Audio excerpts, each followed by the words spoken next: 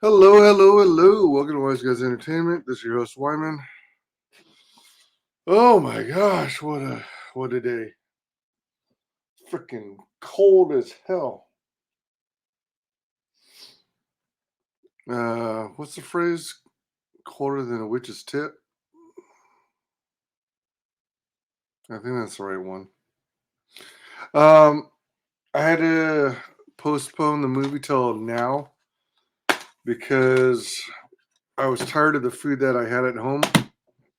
Excuse me, I needed something different, so I just went cheapo and, well, not so much cheap, if you can even call it that these days. But I did a Taco Bell run. I tried to use the drive-through, but it was so cold, all four of my windows were frozen, so I wouldn't be able to roll it down so that they could hear me. I tried to yell through the window to see if they could hear me on the PA system, but they couldn't. I pulled around to the cashier window and motioned that I can't open the bloody thing, and he motioned for me to come inside. It's late. It's 11:31 p.m. now, but the Taco Bell is actually open till 1 a.m. So that was pretty sweet. Well, it wasn't sweet. Is I had a hankering for.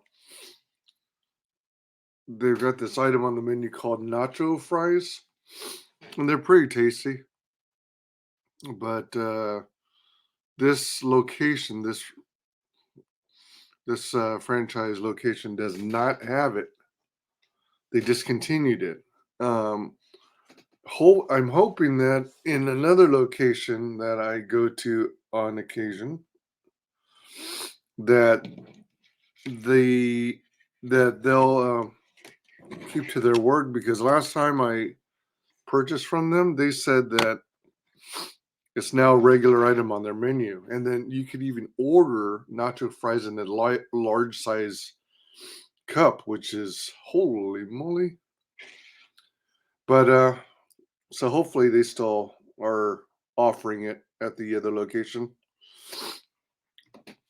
Oh, before I pop this into the drive, we're gonna watch X Men 3, The Last Stand.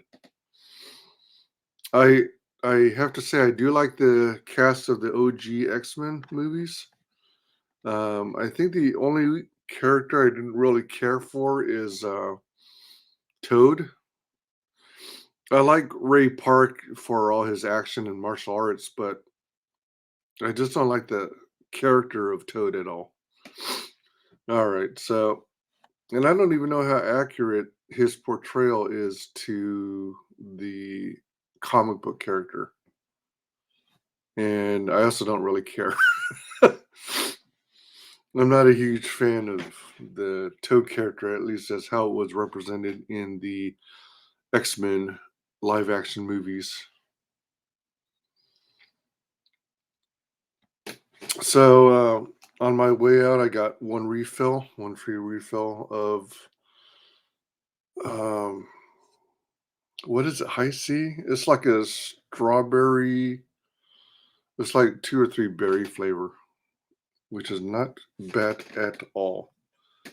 And then I've got half a mug, which is 10 of 20 ounces remaining of coffee. Unfortunately, ooh, it's already cooled off, so it's cold. It's chilly coffee. You'd think I'd put ice cubes in it, but I didn't. Oh my gosh, it's cold. So, if you hadn't heard, I'm trying my best to just layer up during winter because I'm trying to keep my utility bill low as possible. But I have to at least have the thermostat set to the minimum of 55, because if it gets too much colder than that, then you risk your pipes freezing, and that's not a good thing. Um, oh, speaking of my late run to Taco Bell, I like to maintain this case of water so that I can drink, so that I have something easy to reach and drink. So I'm not always drinking consuming caffeine. So I keep it in the back seat, right? I just when I was doing my Taco Bell run, I felt some of the bottles and they're freaking frozen. I might, man.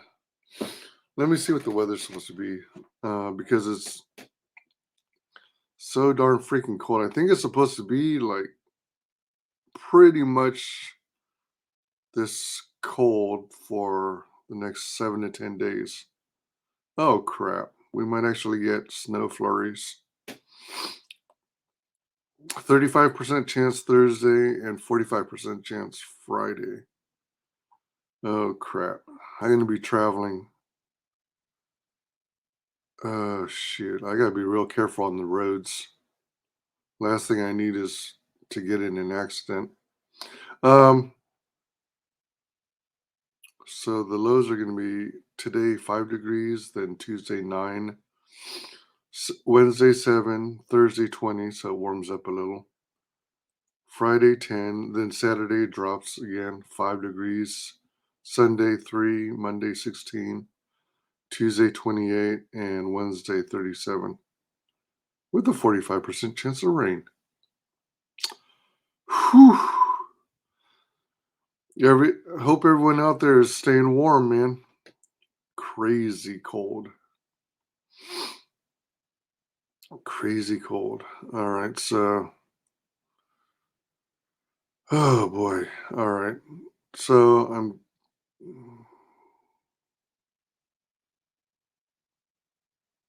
that's right. Mm. I was about to say, I'll just go ahead and conveniently do my phone system update while we start the movie. But my battery is less than the minimum of 20% charge,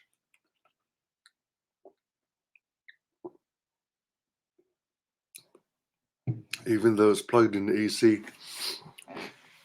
Anywho, let's pop this movie in and get started. Oh, would help if I use the banner. Let's get a banner on here. Oops, wrong one. Edit.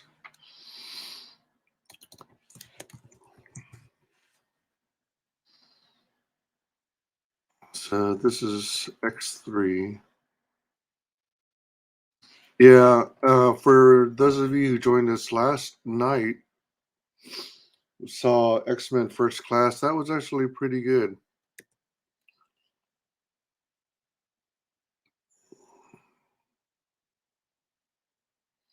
I think it was X-Men. Hmm,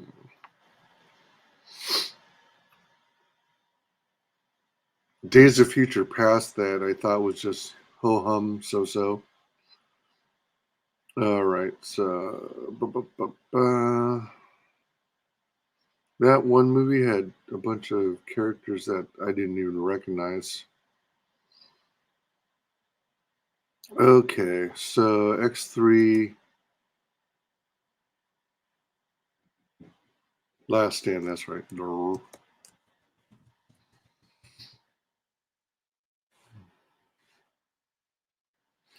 And then, so get your copy of X3 Last Stand if you have it available, be it digital or DVD or Blu-ray or 4K. I have I have a Blu-ray and it's widescreen edition. Given the choice, I go for widescreen because it is recorded as the director intended. So the problem with standard definition is that it cuts off the sides, so you miss some scenery and data and action on either end. So let's go ahead and pop this guy in here. Again, welcome to the channel. I usually do indie comic book promotion, but I like to uh, shake it up a little bit and do all assorted types of things, including but not limited to like mukbang kind of things and little cooking segments. And I'm trying not to make it like a lifestyle channel because I do want to get back into promoting indie comics. Uh, but just for change of pace, I like to have do movie watchalongs and things like that.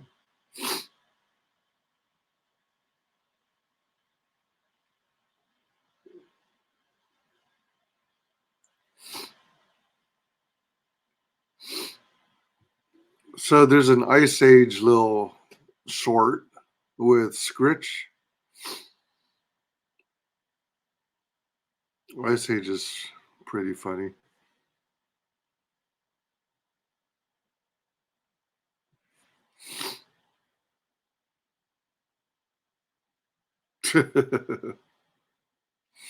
I'm just gonna watch this little short.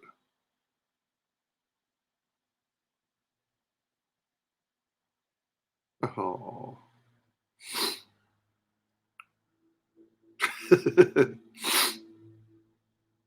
Ice Age the Meltdown. Oh, it wasn't so much a short, it was a commercial for Ice Age the Meltdown. The threat of nuclear war. What movie was this?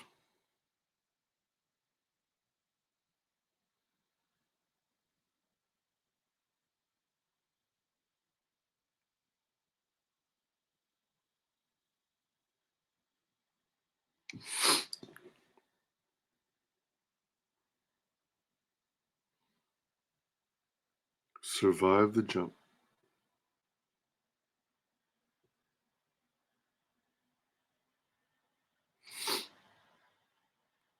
4 Navy SEALs behind enemy lines. In a world full of danger. Oh, behind enemy lines too. Axis of Evil. All right. So let's jump over to the menu.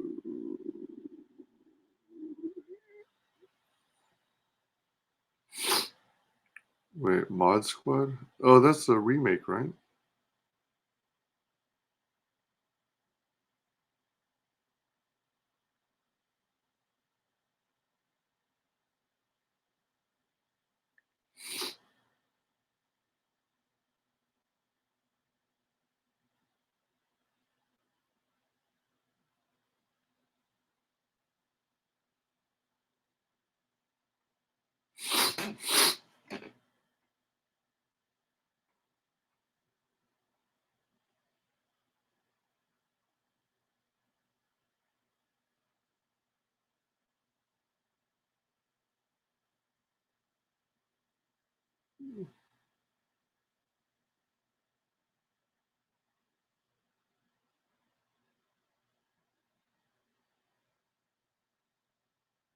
Oh, he's in it?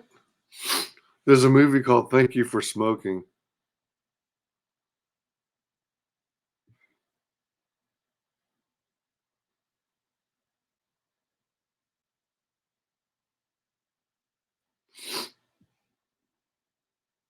I don't know. Maybe one of these days I'll watch that.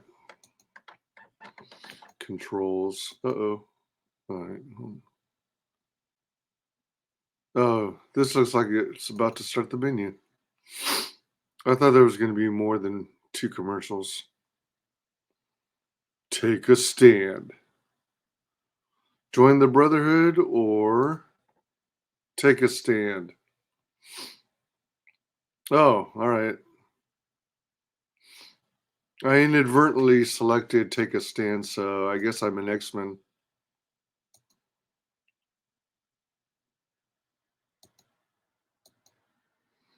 Dun, dun. Hey, Diller, what's up? Hey, hey, hey.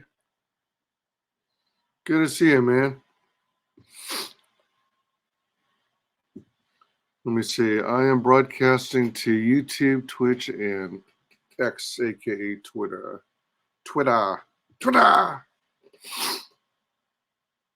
Connection is fairly good if you're on Wi-Fi. Connection is unstable. I'm on network. Gosh darn it. Connection is fairly good. Bouncing back and forth. Egads. All right, so I'm at the main menu. All right, a first glimpse of the first glimpse of the Simpsons movie. Night at the museum. All right, let's just play. I'm taking a stand. Oh, all right, it looks like it's time to. I can do the iOS update on my phone.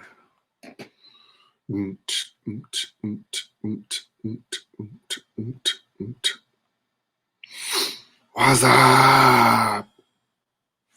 What's up?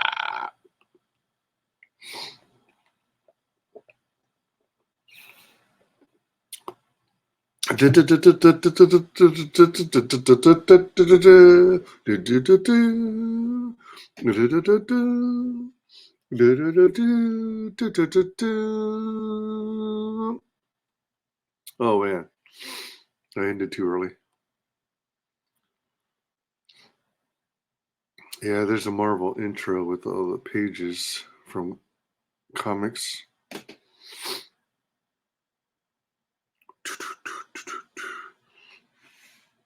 All right, so we're at 40. Let me pause it. We're at 45 seconds.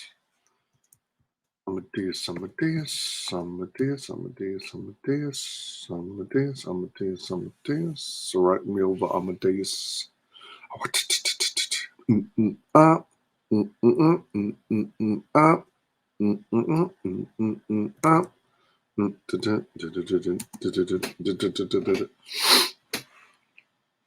I guess for now I'll leave the ceiling light on. I don't know. I might turn it off later to save electricity.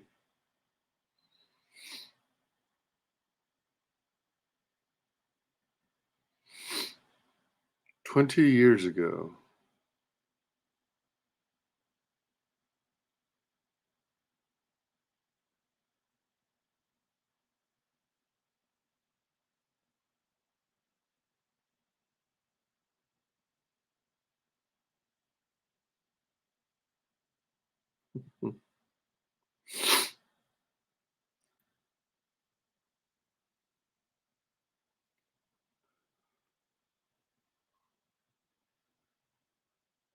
Patrick Stewart and Ian McKellen.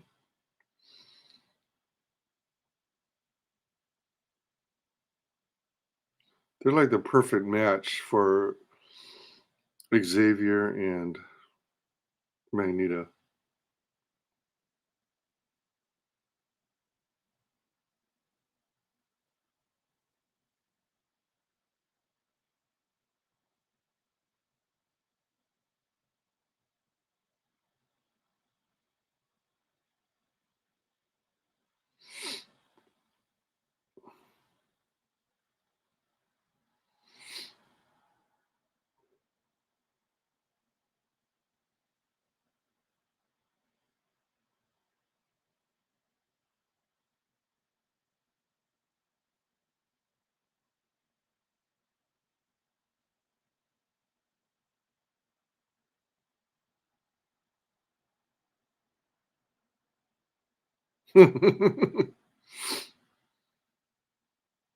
Oh, levitating all the cars in the neighborhood. Whoa, shit. That was Stanley.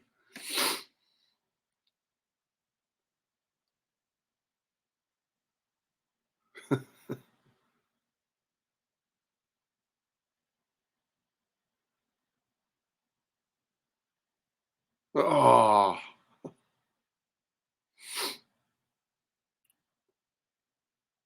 the scary one is well, levitate 10 years ago.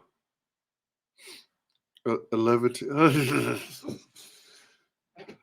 Oh man, Angel sawing off his wings. That's nasty. Super cringe.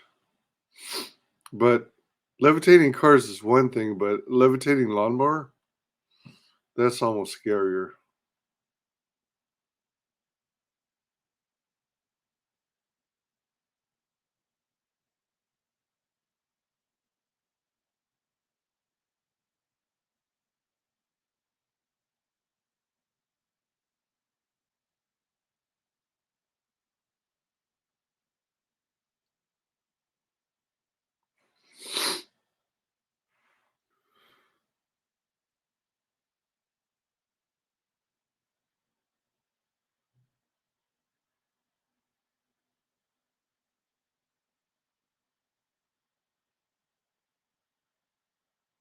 That's nasty.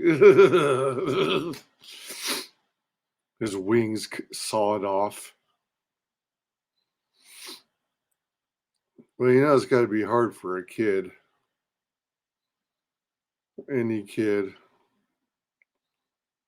It's bad enough all the stuff they have to deal with growing up. To have a mutation on top of all that, that would blow.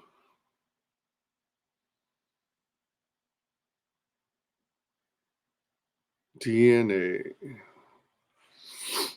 X-Men: The Last Stand.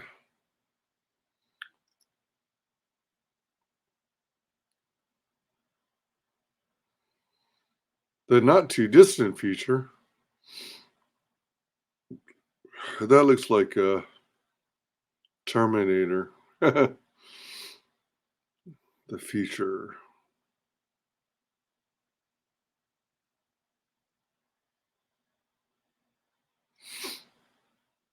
You know, all the oh,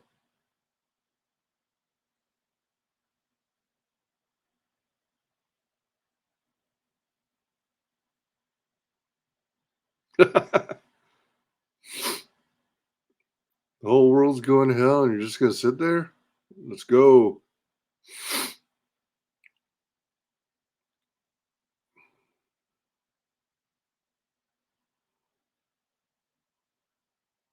Oh, that's Kitty Pride.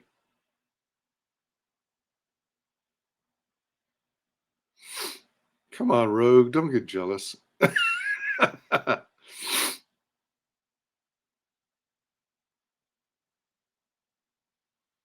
Oh, right, right. This is the.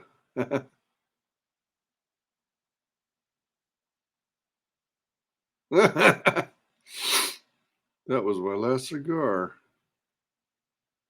Sentinels.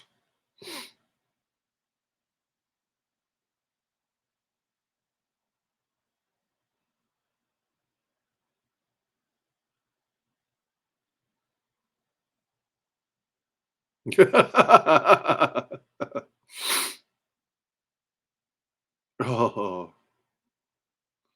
Sentinel's head.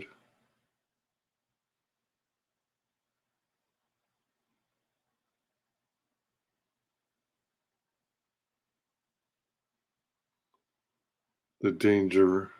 The danger room.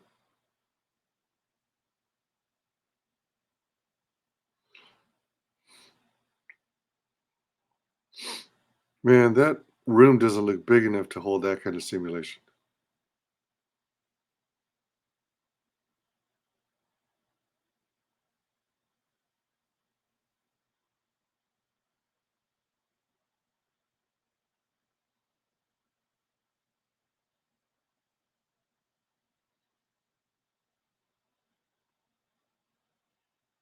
Mm.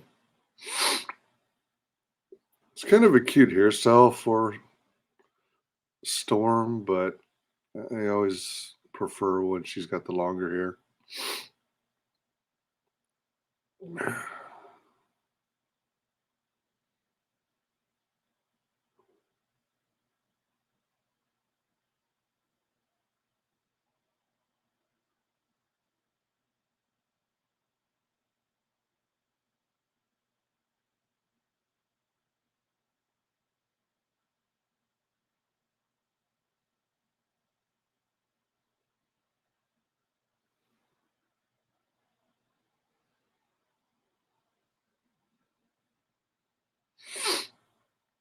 No, come on.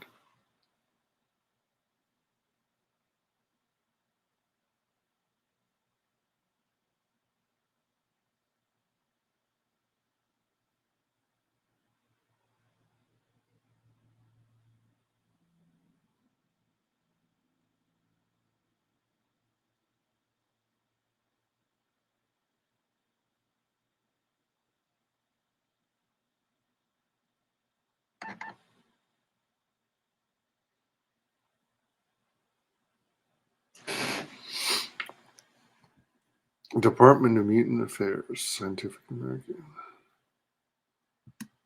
All right, we're at 929.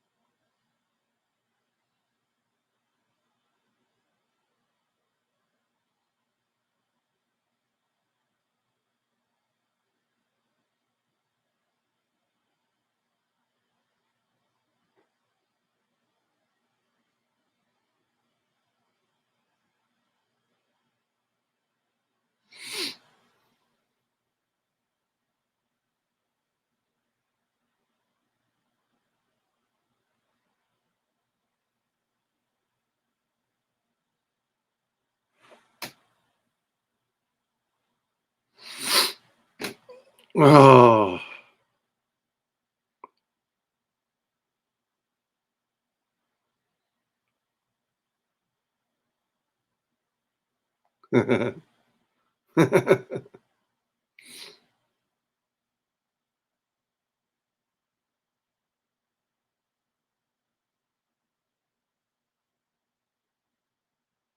Hey, is this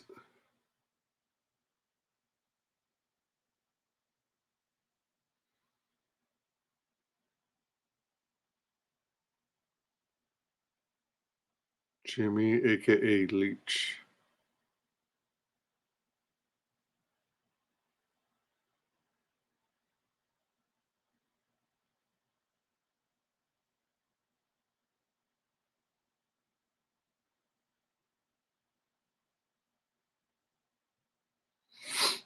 Is this the guy who played the president in the GI Joe movies?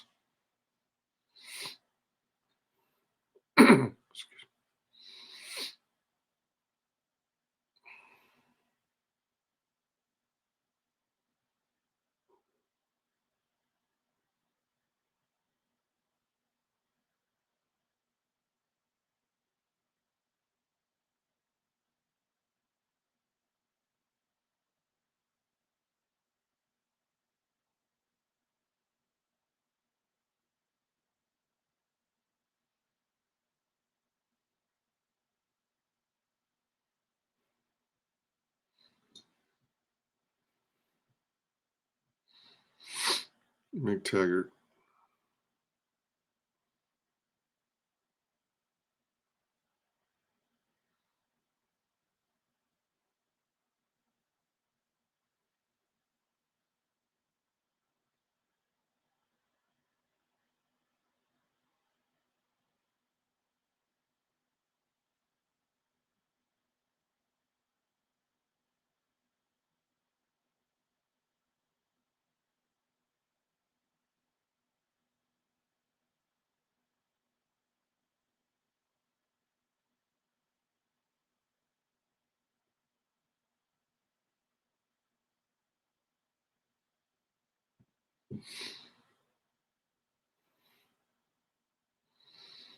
Class dismissed.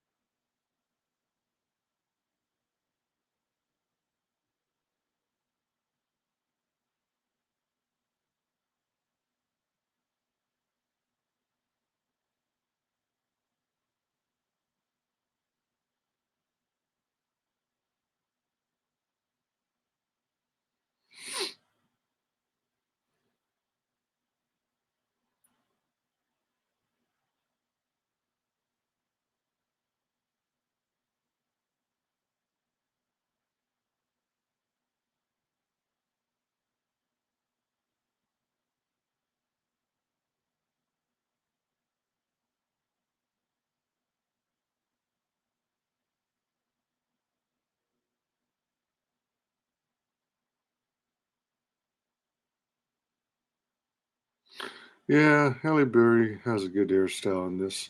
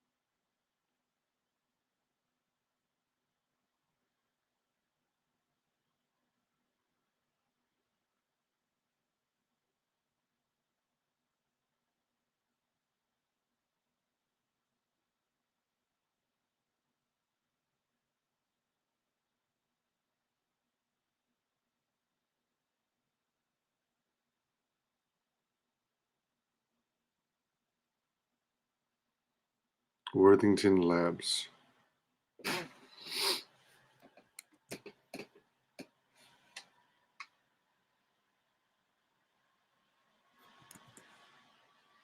Let me pause this. 1644.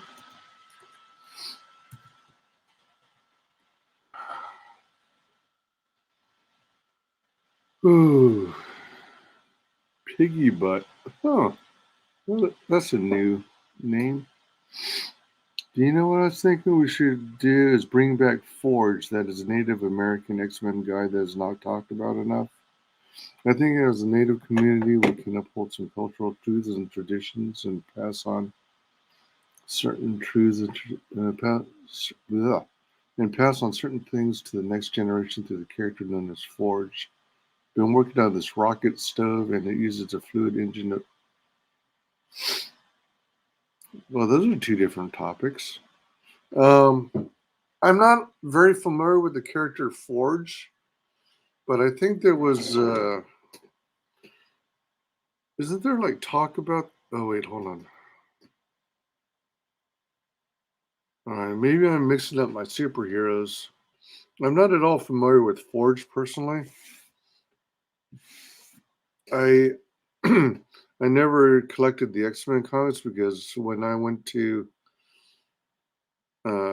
was collecting comics, X-Men was already in I think around issue 250, and I wasn't sure how I would have approached that or how I would have been able to start collecting it. Um, so I'm more familiar with things like classic X-Men or when they did the short runs. I don't think I have any of the original OG X-Men comics. Excuse me. But when it comes to the like what Hollywood's doing now with Echo and Daredevil. Isn't there a couple of Native American characters in that world that they're trying to bring bring into live action? I could be wrong, but I swear people are talking about Native American characters. In fact, I think Echo's supposed to be Native American, right? Uh, but I've also been hearing from the fandom that they're not really doing a very good job in adapting Echo to live action. It's like a totally different character from what's in the comics. And then you mentioned a rocket stove. Interesting. A rocket stove. Are you talking about something ultimately that you would use in place of your current gas or electric stove? Or something that you would take camping? Rocket stove uses a fluid engine to power electricity. Fluid engine. I know, like, when it comes to computers, personal computers and gaming machines, gaming PCs, fluidine engines. I'm not familiar with those, but I know fluid is quite often used as a coolant. Like if you get one of those high-end gaming PCs, you can get liquid cooling, and it basically is like running liquid, not so much water, but some kind of low viscosity liquid through tubes all over the interiors of your PC, and the heat generated off the internal parts like the CPU, primarily the CPU, and the graphics card, is the heat is drawn into the liquid, and the liquid kind of releases it. Fluidine engines, yeah, that's what it's called. It's like a Stirling engine, but it uses water for all the pistons. Ooh, instead of any metal pieces. It's pretty interesting. Oh wow, that sounds like a trip. Instead of the pistons, so it's fluid. All right, fluid easily fills holes. I'm trying to picture how, I'm trying to visualize how it acts like pistons, because isn't it? Well, hold on. With liquid, you really don't have much in the way of friction. So I imagine you're going to have to be pushing it through tubes or cylinders or cubes. I'm not sure.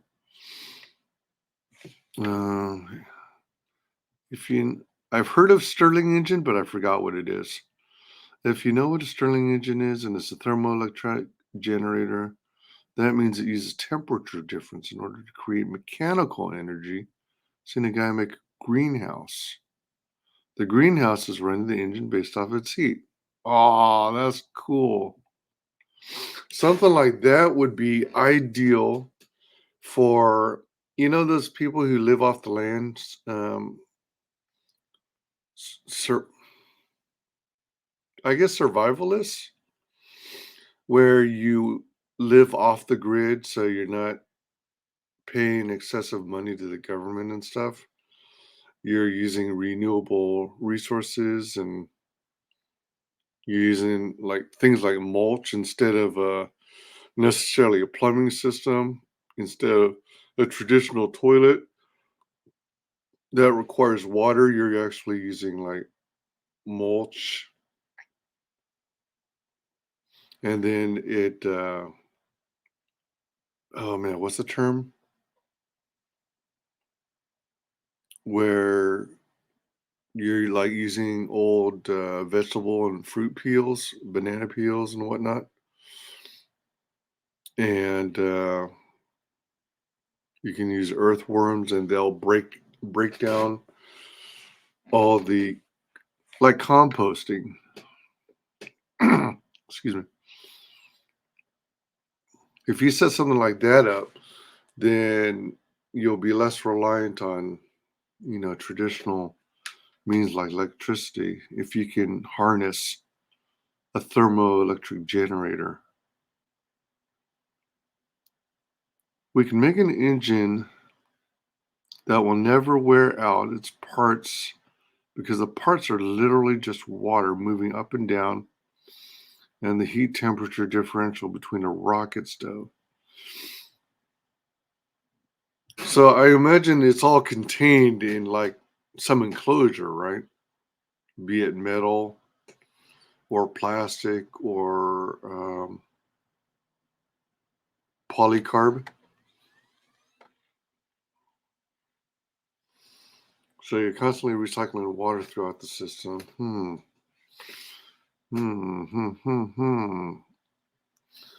And then you have to, it's got to be able to manage the temperatures. Combined with a greenhouse, we can literally be producing water, electricity, and food, all using a rocket stove and greenhouse setup. That's the thing I've been working on recently. I'm in Texas, so I want to help the natives that are coming over the border. Natives coming over the border? Trying to find refugee, but first I need to make a sufficient way to support them when it comes to food, water, and electricity. I'm not sure. Okay, yeah. Yeah. Now, you said natives coming across. You're not referring to all those illegals coming from Mexico or through. Are you actually speaking of Native Americans coming across the border from Mexico? Because Texas borders Mexico. Yeah, make sure that as you come up with your designs, you trademark them. Protect your product.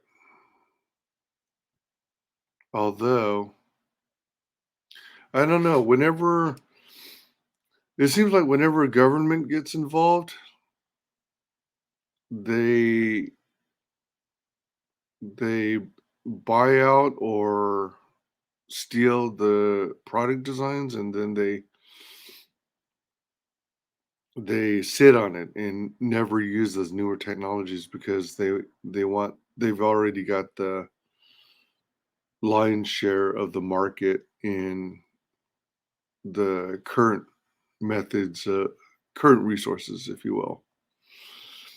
I'm making three different versions. One that is powered off of our own body heat, as long as it doesn't like suck the body heat off of you and to an extent that it drains it drains you. But if you could use body heat, if you use body heat to power something, hmm. Another one that's powered off of a rocket stove. When you say rocket stove, are you talking about for purposes of cooking, or is that just another term for something that powers something else? The third one that's powered off of the Earth's continuous temperature that is below the Earth's frost line,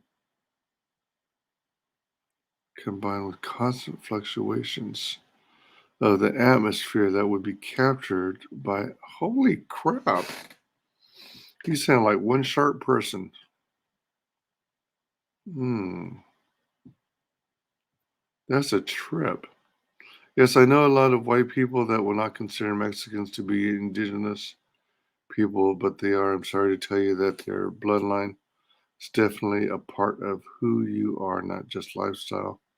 I'm talking about indigenous people. Oh, I see. All right. Well, yeah, I mean before the US was bordered up and cut into pieces and divvied up into states, you had Mexicans and you had Native Americans. Um, in fact, if I remember my geography, Mexico was much larger and it carried into, I think, Arizona, New Mexico, what is presently Texas, and also I think Mississippi, Alabama. Um, in other words, there's like a dome shape if you were to look at it on a map. It wasn't just down below Texas. It went up further north because of all the fighting and people stealing each other's property and lands. Native Americans, American Indians fighting American Indians, and different tribes and Mexicans doing the same. Let's see here. Indigenous people of the continent. I'm talking about Native Mexicans. I'm talking about Native Americans. There's never no borders before the white man came in and said you can't cross this line. I wasn't planning on setting it to anybody. I was planning on using these products with my nonprofit in order to go help people like a native. Yeah, that's pretty sweet. That's pretty sweet. Emergency program. Yeah, I mean, you're probably familiar with people like Mr. Beast who, uh, excuse me, went to a foreign country and helped uh, bring in install a system for getting clean water, if I remember. And then you had all these people bitching and whining about it for no reason. I mean, if you're gonna bitch and whine about it, why weren't you the ones who helped these people in need? Yeah, America definitely needs uh, help for its citizens. Yeah, if you can fine tune and get these designs solid, that would be a huge advancement and help lots of people. Emergency program. I used to be a big supporter of Red Cross, but I keep hearing these stories where they're not as hot as I once thought they were.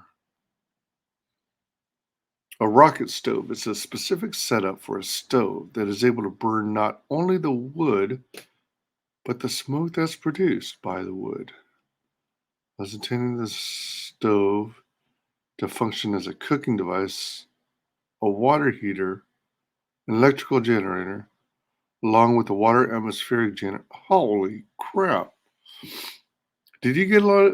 Go to a lot of get a lot? Bleh. Do you have like some PhD in all this stuff, or do you literally just spend a lot of time reading articles on the internet to learn self teach yourself? That's freaking sharp.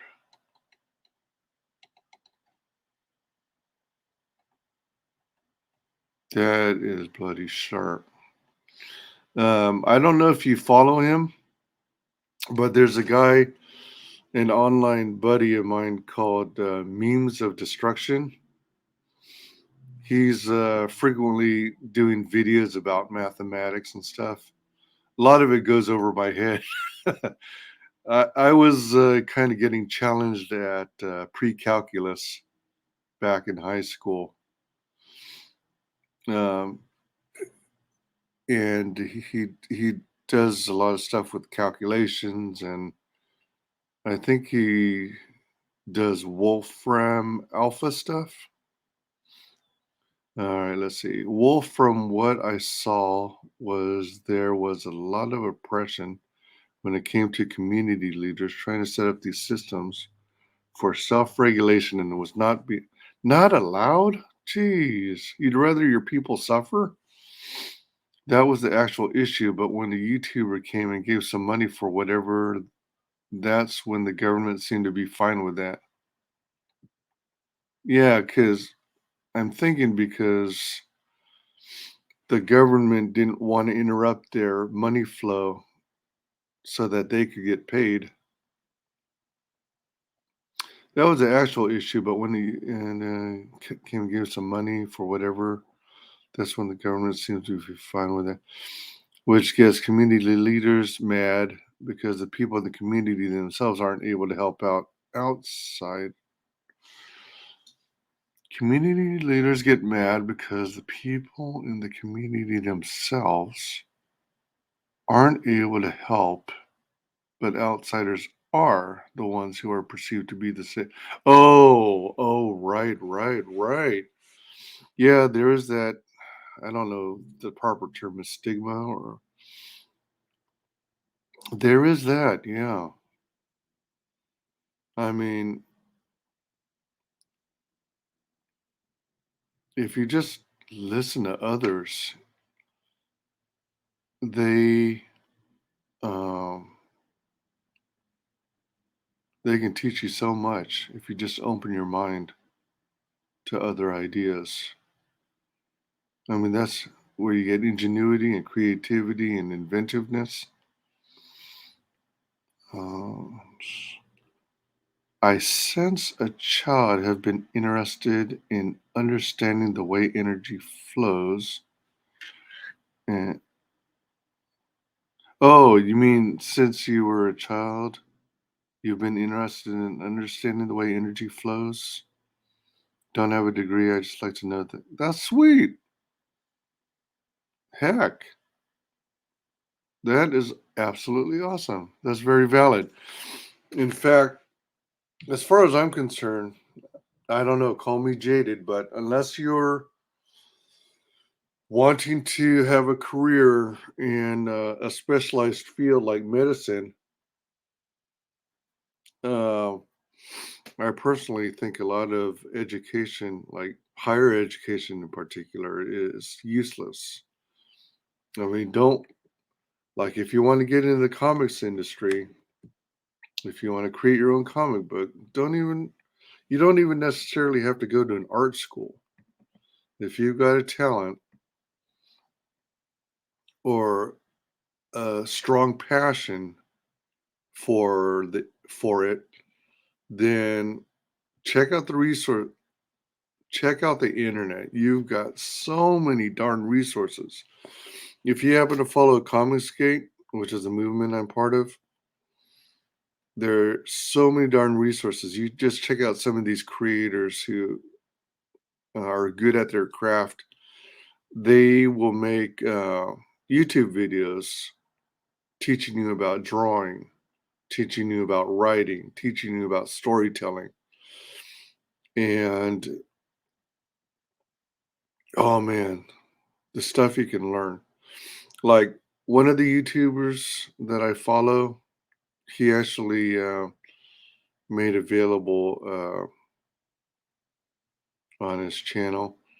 If you might have heard of it, How to Draw the Marvel Way. It's a book that a lot of comic book artists have grown up reading and drawing from. Well, there was that probably decades ago, um, a recorded video of that same training. So it was like a video version of that book, How to Draw the Marvel Way. Excuse me. And it's got some really helpful tips on, posing your characters, drawing your characters, breaking down the parts of the anatomy and 1, 2, and 3 point perspective. It's a really helpful video, but then you've got all these other creators who, from their years and years of experience, they can teach you like how to draw women, how to draw animals, um,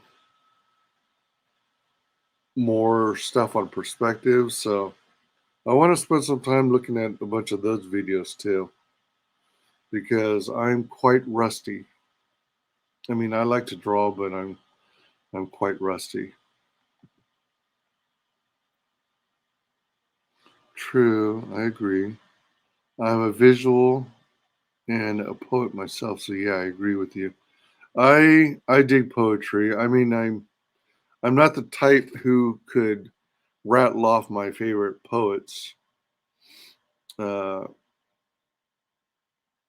oh, you know what?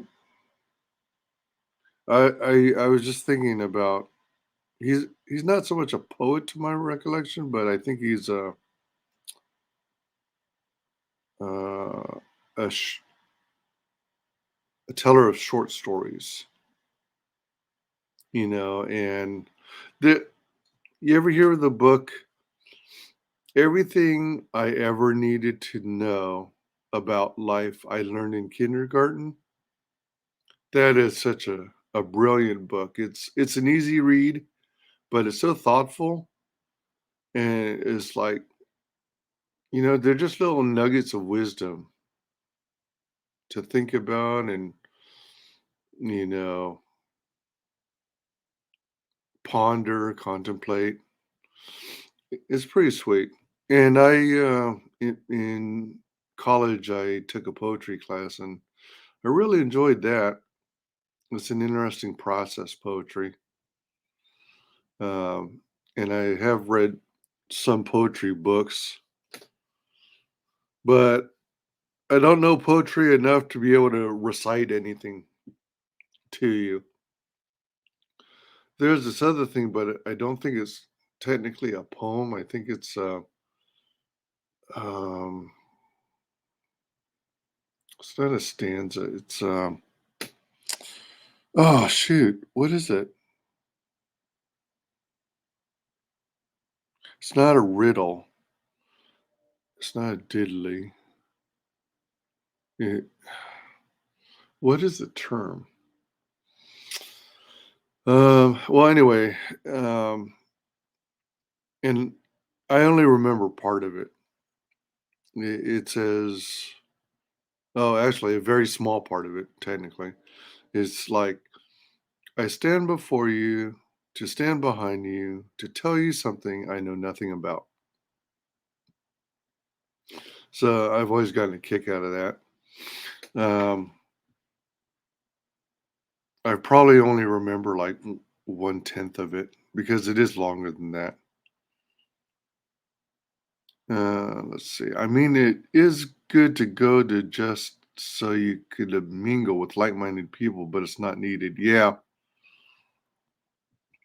I mean, there are so many other ways you could meet up with people and share ideas. You could literally stay home and communicate with people online through chat, through streaming, through so many other resources. And you could also do,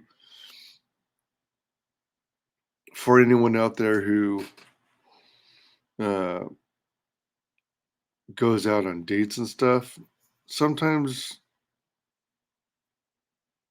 uh, so-called dating experts suggest you go to these events where it's about a specific activity, specific topic, and those people who share an interest in that topic all get together. Uh, the extreme of that version is like if you go to, if you like go on a cruise all about that one topic, and then maybe you'll happen upon someone you really vibe with who shares that same interest, and from there you guys decide whether you might want to try going for a date. But they've got groups you can join where like country western dancing, um, groups where people who are into just various types of dancing, like salsa. You've got groups who are into knitting, just about anything under the sun, really.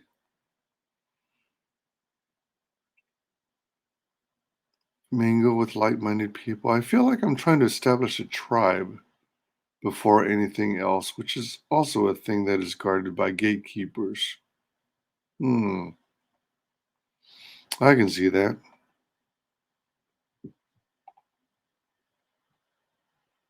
I can definitely say I relate to Marvel and DC. I want to share a dream with you that I had recently, if you don't mind listening. Yeah, yeah, yeah, yeah. Go for it. Yeah, I don't have a favorite pose, but I definitely have favorite poems that I've written myself. Here we go again, just me and my friend, loneliness. Oh, how I miss your intimate kiss. Every time throughout my life, I feel this bliss. Darkness comes to the darkness comes to throw me into the abyss. Hmm. Yeah, that's one of them. I have a whole bunch of them. Nice. If you feel comfortable about doing it, you might consider releasing a book of poetry. That's one of them. I have a whole bunch of. Yeah, keep writing indeed. Like even when I was doing poetry for college, I came to realize that it's very much like any other kind of writing because, you know, you have to be mindful of structure, of spacing, of emphasis, where you want to add pauses. And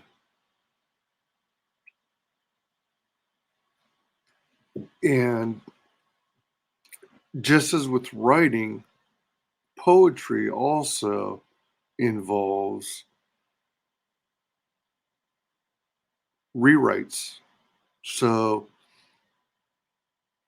like the very first time you write out a poem is rarely going to be the final result.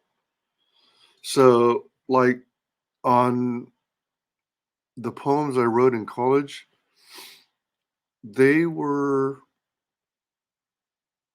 it wasn't uncommon for me to have to do at least 4 to 7 rewrites before I reworked it to where I was pleased with the result. One of the cool things about that poetry class, well, the teacher was really chill. If I remember correctly, he used to smoke pot. So during his breaks, you'd see a little doobie in his fingers, between his fingers. But it was funny. It was funny. But one of the cool things about that poetry class is is you'd position all the students would position their chairs all in a ring, right? A circle. And then as an example, you'd have your assignment, your poetry assignment, and you take it and hand it to the person to your right. And then of course everyone hands it to the person on the right. So everybody gets another person's poem. Then that then you read it and you could like scribble notes on the side in the margin on, for example, what you liked, what some kind of feedback, some constructive criticism that might help enhance the poem. give it some more punch. Uh, and then after you did that, you'd have like a time period per poem. And then you'd hand that one to your right. And then you get another poem. And then you just repeat that 3 or 4 times. So you got a chance to see how other people write. You get to see how other people think. It was, oh man, it's kind of sends chills through your body because it's trippy getting a sense of other people's experiences and thoughts and ideas and writing styles. And that's what's fun about reading comic books and graphic novels and stuff like that. Yeah. I had this dream in which I had this crystal that led me to a specific dark dimension. Ooh. With a mansion has white that was white and a piece of paper with a formula. A formula, oh my gosh, that allowed me to jump through the multiverse. Oh my gosh. At first when you said crystal, I was immediately my mind jumped to the Dark Crystal from Jim Henson. After I woke from this dream, I became of this phenomenon that people call oh yeah, the Mandela effect, yeah. Became became aware of the fact that I was in completely different Is that right? Huh. Yeah, and for those of you who aren't familiar with the Mandela effect, it's kind of the idea or the premise where you think you remember an event or saying or what have you in one way, but it turns out it was always this other way. Yet you swear up and down that it was this way. One example is it's in Star Wars. It's frequently misquoted that Darth Vader in Empire Strikes Back is trying to get Luke to join him to rule the universe. He says, uh, according to many, or at least the way many remember it, Darth Vader says, Luke, I am your father. When in reality, if you go back and look at the movie, it says, no, I am your father. Yet everyone thinks it's Luke, I am your father. Yeah, and so there's a lot of Mandela effects in all kinds of different movies and whatnot. I most see it when it comes to like movie quotes, but Mandela effect is applicable in other areas, as if I remember correctly, as well beyond just movie quotes.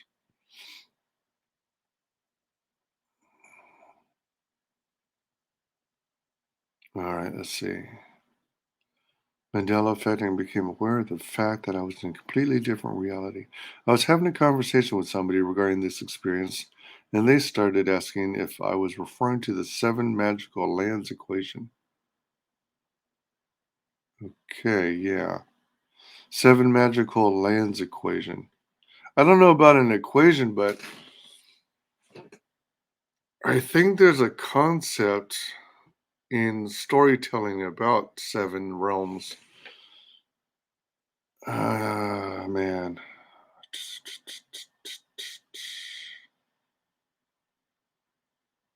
I can't remember. I think the whole Guardians of the Galaxy property is supposed to be based on seven realms. Um, let's see. Yeah, I'm more of a lone wolf, so it's hard for me to be part of a group or even be in a relationship with a person who needs to be a part of the pack. Yeah. Yeah, some people are loners. I mean, nothing wrong with it. I have moments where I'm okay in my own skin. I'm okay being solo, but I like the company of others.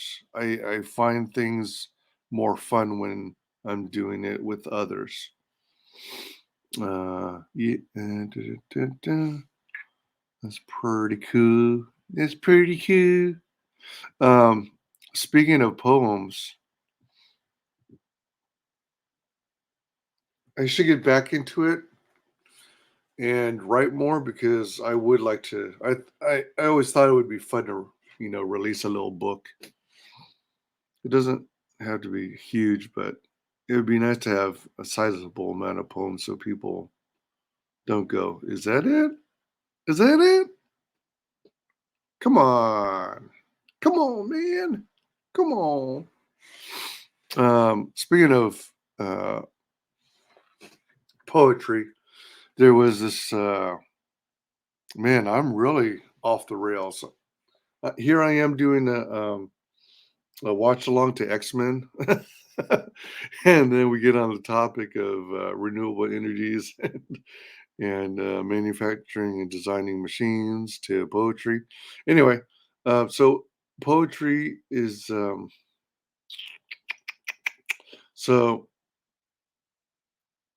when I was younger, I had this dream, and I eventually turned it into a poem for my poetry class in college. But I dreamt it must have been around Halloween time, I think. I dreamt that there was this local Halloween shop, right? And in the front glass, there was a elaborate display of all these full size adult wraparound Halloween masks. So of course you had a series of like Star Wars masks. You had the Universal monsters like werewolf, uh, uh, creature from the Black Lagoon. You had vampires, and then of course you had a smattering of like clowns and stuff like that, and skulls and giant eyeball. Anyway, it was like a Halloween costume shop sort of thing, but it was closed for the night, and I was uh, I guess it was dusk, and I was just as a kid walking past this Halloween shop, which was closed. And again, this is just based off of a dream. This is a dream I'm recounting. And as I walk past, I have the hairs of the back of my neck are standing up because something doesn't feel right. I keep walking. My eyes are more or less focused straight ahead where I'm walking, but excuse me, I'm occasionally glancing at the storefront because I think Halloween masks are pretty cool.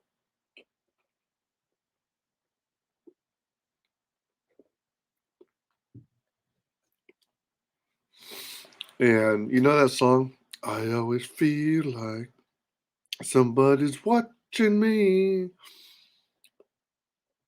Ain't nobody playing tricks on me. Ooh, ooh, I always feel like somebody's watching me. Ain't got no privacy. And then I take a look at the storefront again. And before I know it, I realize that there are actually pupils in those eye sockets of the masks. And as I'm walking past, those eyeballs are following me. So then, of course, just as you see in most horror movies, you start walking faster and faster, because you're all creeped out, right? And then next thing you know, I turn around and suddenly all the masks are floating in midair. They're no longer in the storefront. They're floating in midair in the middle of the road right behind me. And of course, they're floating towards me. And then, it's, uh, I walk briskly or I start running away, and they chase me, and that's basically the dream. So I wrote a poem about that. The other one, which I can't remember if I wrote a poem on, I might have, is again, this is a dream I had as a kid. You know, laid my head down to go to sleep. Everyone in the family went to bed for the night. And, everyone, of course, is in their respective rooms. And then the following morning, I wake up, or in the middle of the night or something, I wake up. I don't know. Maybe I should just do a silly little stream where I just talk about dreams I've had. I don't know. You can actually, well, I don't know. Anyway, I'll just finish this one real quick. Save the rest for another time. Uh, so let's see. So do the so I get up before everyone else, and excuse me. I look around, and everybody in the family has turned into a big stinking fat spider. And I'm not just talking about a little bitty itty bitty spider. Like, let's say if my family member were 130 pounds, 5'5", the spider would be like big and fat with long legs, like uh, bigger than a dog, maybe, but on their bed, on their respective bed. So every family member was now a spider. It's like, what the frick? Anyway, I think the dream ended around then, just at the very absurdity of all my family members turning into spiders. I mean, they didn't do anything, just sit there, as I recall. Okay.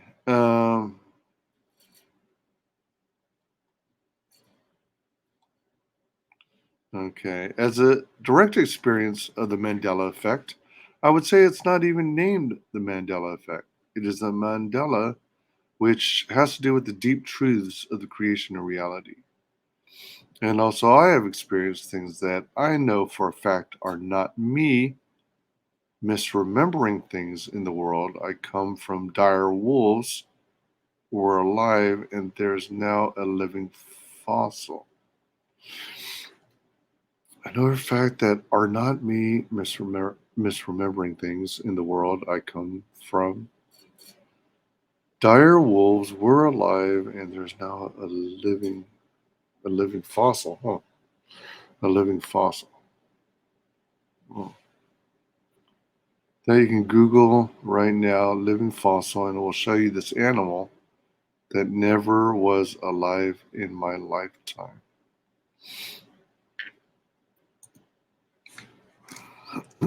Excuse me.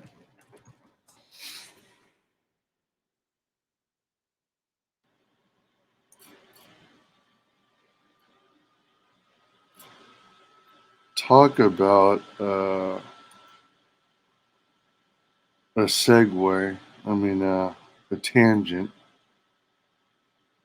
Don't worry, I still intend on finishing this movie, but this stuff is interesting to me, so we're gonna take a moment to look at some stuff. So, okay, class, we're going to take a look at some living fossils. Uh, Living fossil, the story of the coelacanth, the grand experiment, most astounding living fossils. There's a horseshoe crab. I guess this guy, the coelacanth, the living fossil. I think I know shoehorse crabs exist, and these guys here in the first two images, I think they do exist deep sea, deep sea. If I remember, I might have seen them at the aquariums too. It's like they got all these tentacles in their mouth. Horseshoe crabs are pretty trippy looking. I like them. They're cool. Looks like some of these. All right, so these appear to be true fossils, and I guess that's a representation of what might, what one might have looked like. It a living fossil that lives over 100 years. What the hell is this? Oldest living fossils, or what? They call that a living fossil? It looks like a warped frog or something.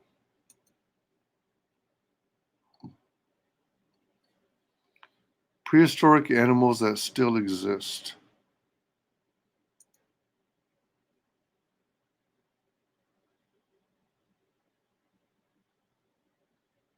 Hmm.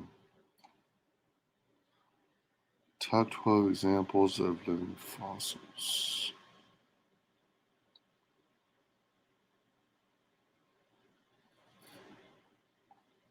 Huh. Okay, maybe some of these no longer are around.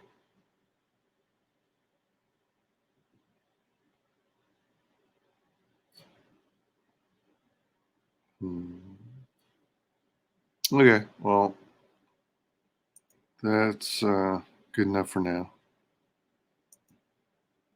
All right. People are popping in going, what the hell? This is no Watchalong. I've literally seen from one day to the next the Statue of Liberty go from Ellis Island to the Liberty Island, and the people who were experiencing the changes were not remembering themselves, freaking out. Huh. Yeah, I already looked it up. The seven magical lands equation is a thing, and it has to do with the dream weavers and then giving the equation to specific inventors. Me too. Me too. I mean, I want to be a part of a tribe. I just want to be I just want to be the guy who is left alone in the tribe that everyone knows they can count on, but just to stay away from the majority. You don't want to be bothered.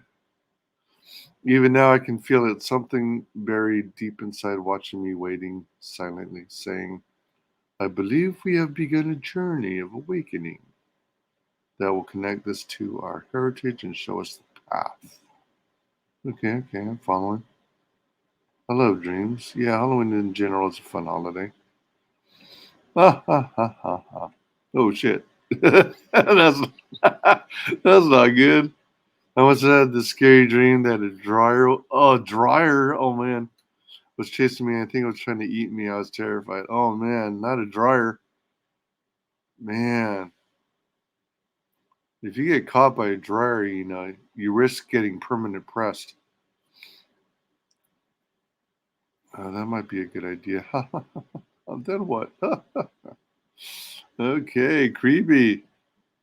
I would have been freaking out. Yeah, the living fossils call it trilobite. Well, yeah, yeah, trilobite. Yeah, that's the technical term, right? Let's see. You say you want to be starting something. You got to be starting something. Say one be starting something. You got to be starting something. Try to get over.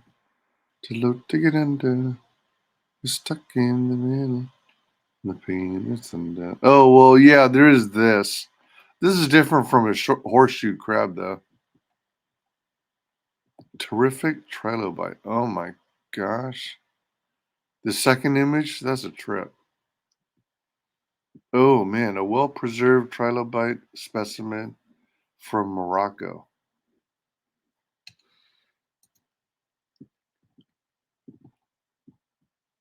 Excuse me. I think the design of a man, this looks like a cockroach, man. I kind of prefer well, I don't know. I think I preferred the design of a horseshoe crab over a trilobite. But I think horseshoe crab is a descendant of the trilobite.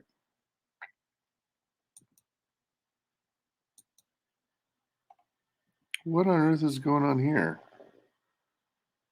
Does that have like a spear tongue or something? Holy crap. Oh man. Real monstrosities. Trilobite beetle. Huh. Interesting. Oh man, it looks like a piece of poop. Here's the one that looks like it's got a long mustache to twirl.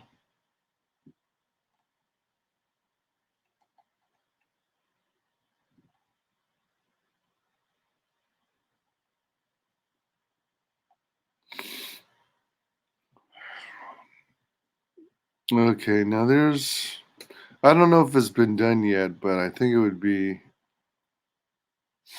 cool to come up with a superhero character or a villain based off of a trilobite. I have to ponder that further. Okay. Yeah, it's known in this world as a horseshoe crab. Well, yeah, definitely. It exists in this timeline. That's what I'm saying. There's alternate timelines. There's different dimensions and realities with different species that went extinct and other species did not in the timeline they came from. The horseshoe crab or trilobite was extinct, and the direwolf was not in this reality and is no direwolf. But, all right, here's a question. What is a direwolf again? Is it literally a wolf? A wolf?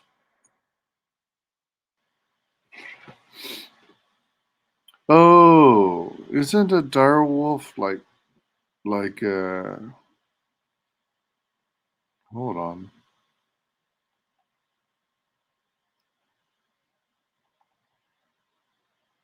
Is a direwolf a wolf from back in ancient times?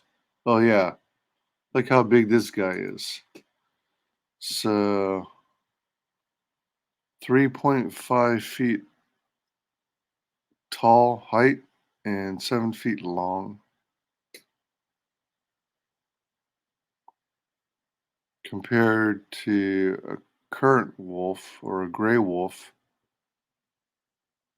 2.5 feet, 6 feet long. And then a husky dog is the smallest in this image. What is a direwolf?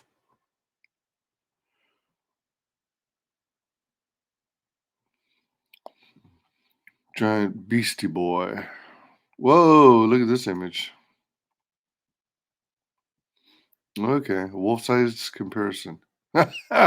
Wilds wolf and critter wolf. Okay then. Whoa, damn.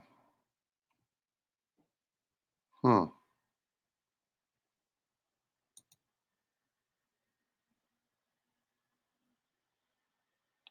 Wolf species size compare. All right. Got my fill of that.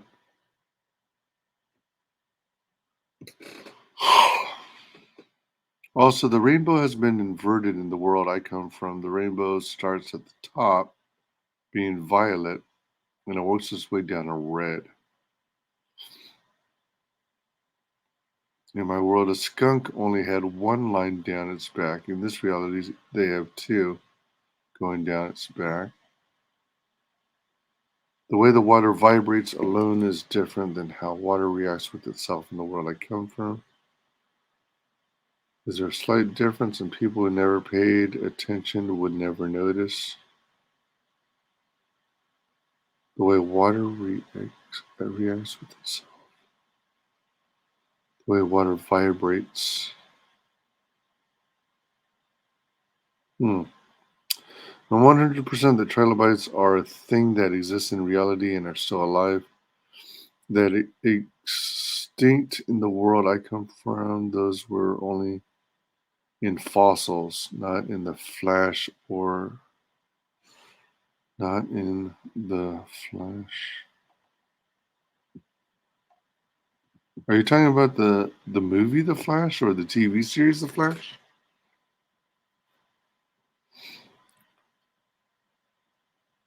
From my understanding, horseshoe crabs are direct descendants of the trilobite. That would make sense, I'd say.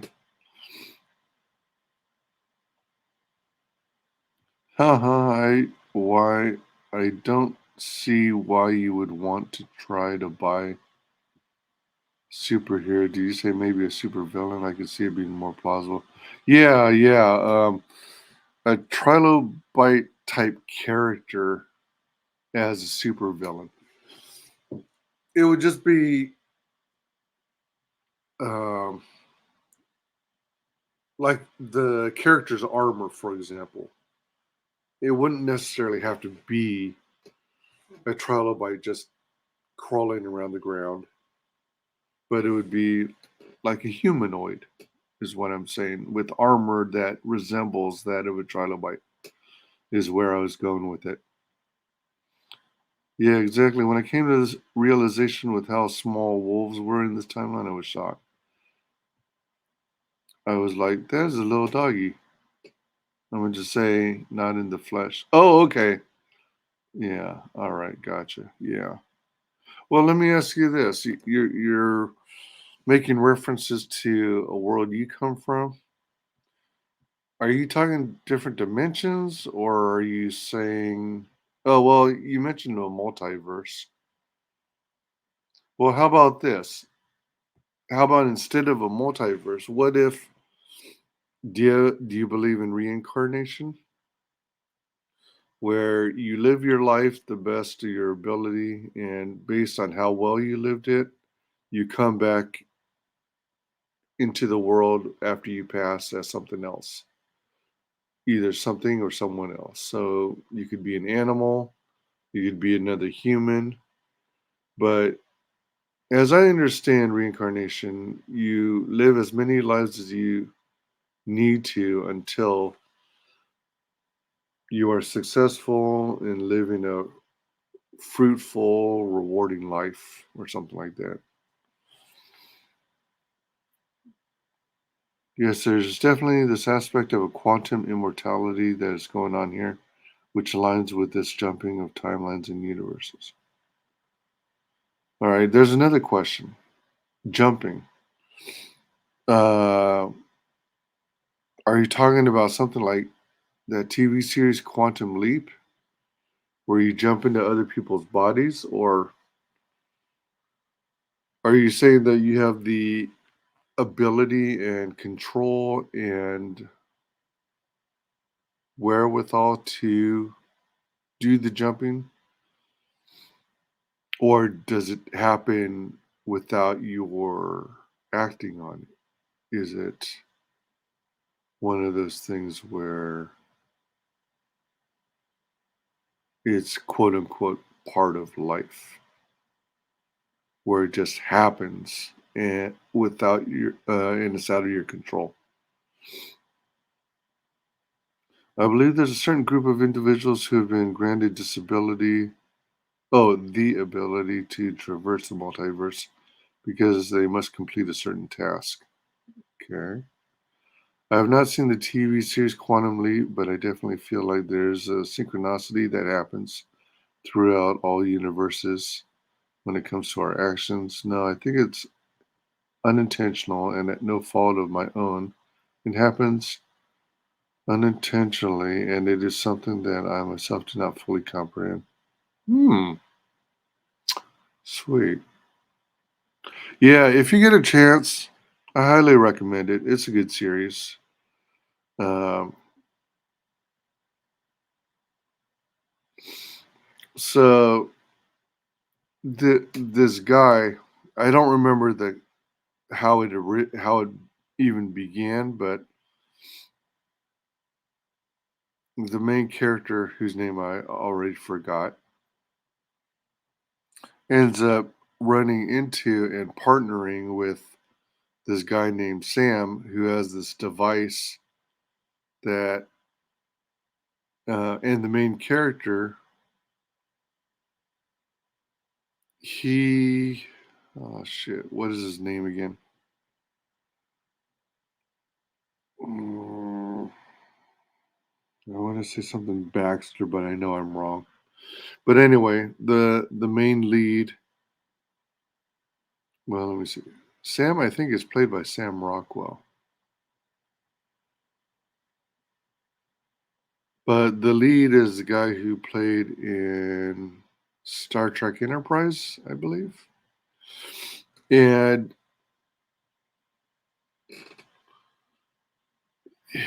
somehow he. All right, well, let me see. Sam is like a time traveler, and I think he's trying to fix uh, a broken multiverse, and he needs the lead guy's help.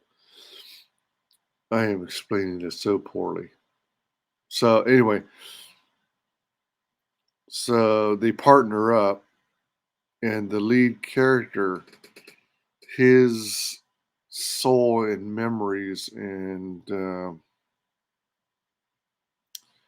kind of transfer into a specific human being in time. So it could be a character during Prohibition.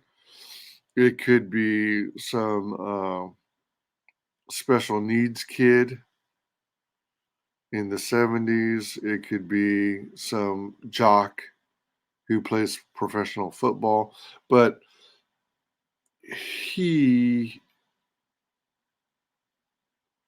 his essence, his brain, well, I guess his soul and memories and whatever transfer somehow into these people's bodies. So he's momentarily present or like using them as a host, if you will. So he looks in the mirror and he sees the character that he's inhabiting at that moment. And it's like he has to complete a mission or a task for the timeline to be corrected. And then Sam has this little doodad device that he carries with him that helps them determine if he's on the right track, if he was successful, and so on and so forth. But I enjoyed the series. It's called Quantum Leap. No, QUANTUM. Hold on. Let's go to our whiteboard. Quantum Leap. There's actually a remake. I've never seen the remake. I have no clue if it's any good. So, no, no, that's not the one. That's the remake. They made the remake in 2022. Here we go. So it a series ran from 1989 to 1993. Um,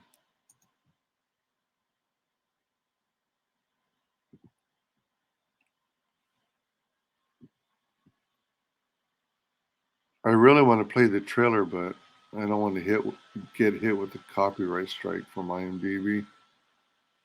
Oh, Scott Bakula. There's his name. Scott Bakula.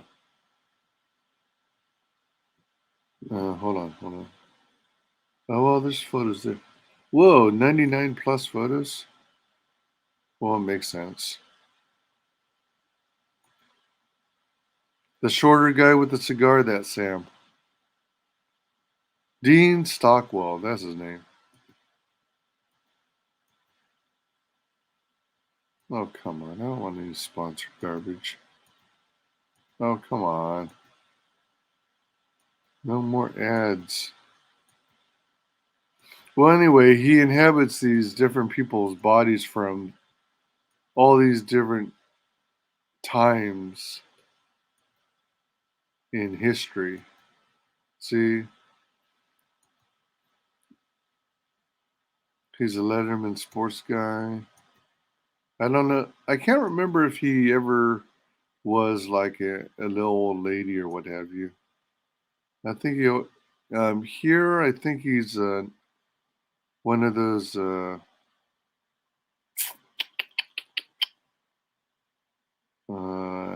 trapeze artists in the circus.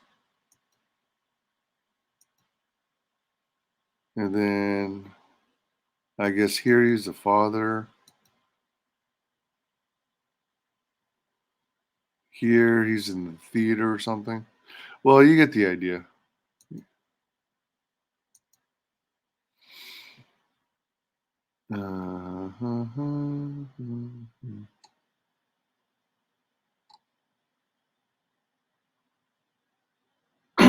Excuse me.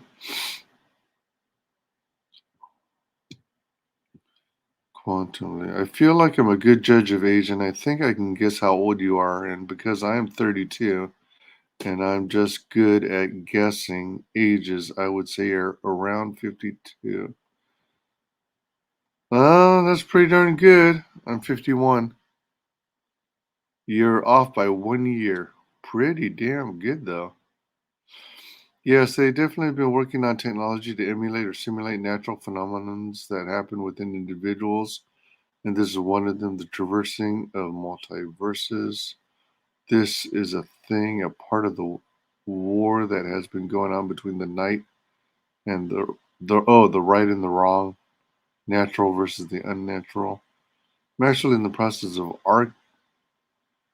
archiving every episode and form of media that I feel is influential in my life, and I would definitely add this to it. Cool, okay. I appreciate you showing me this, and I feel like this was meant to be for sure. I never heard of this, but I definitely have had this idea shared with me through different forms of media when it comes to the idea of living different lives through different people. Yeah, that was a fun series. I enjoyed it.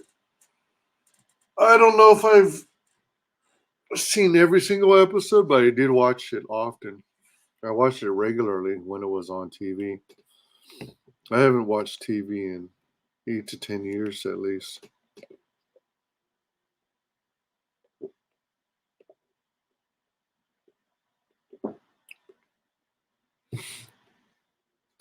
Uh, what are just a few examples of some of the media that you have decided to archive that you feel is impactful or meaningful?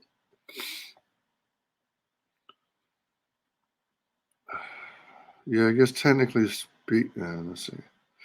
Yeah, I guess technically speaking, since all forms of media are on the internet now, I also haven't really watched too much TV. But I definitely have been watching old school shows that were, oh man. As you know, as you know by my age, I grew up in the 80s and early 90s mostly. And that's where, in my humble opinion, that's where the majority of some of the best TV was. There were so many awesome cartoons, stuff that you wouldn't get away with these days. And there's Like growing up, even when I was a kid, I was watching a lot of the other classic stuff. I was watching things like Happy Days. I was watching Andy Griffith's show. I was watching Gomer Pyle. I was watching MASH. I was watching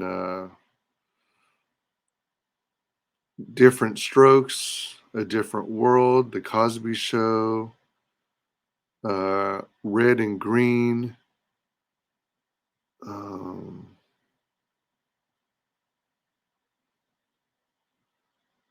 oh man, Highway to Heaven. Oh my gosh, that's a good one. Highway to Heaven's with Michael Landon. He had a good heart. Highway to Heaven. I watched the A-Team. Oh, that's more like 80s stuff. I'm trying to think of the really old stuff. Uh, I Love Lucy, Abbott and Costello, Charlie Chaplin.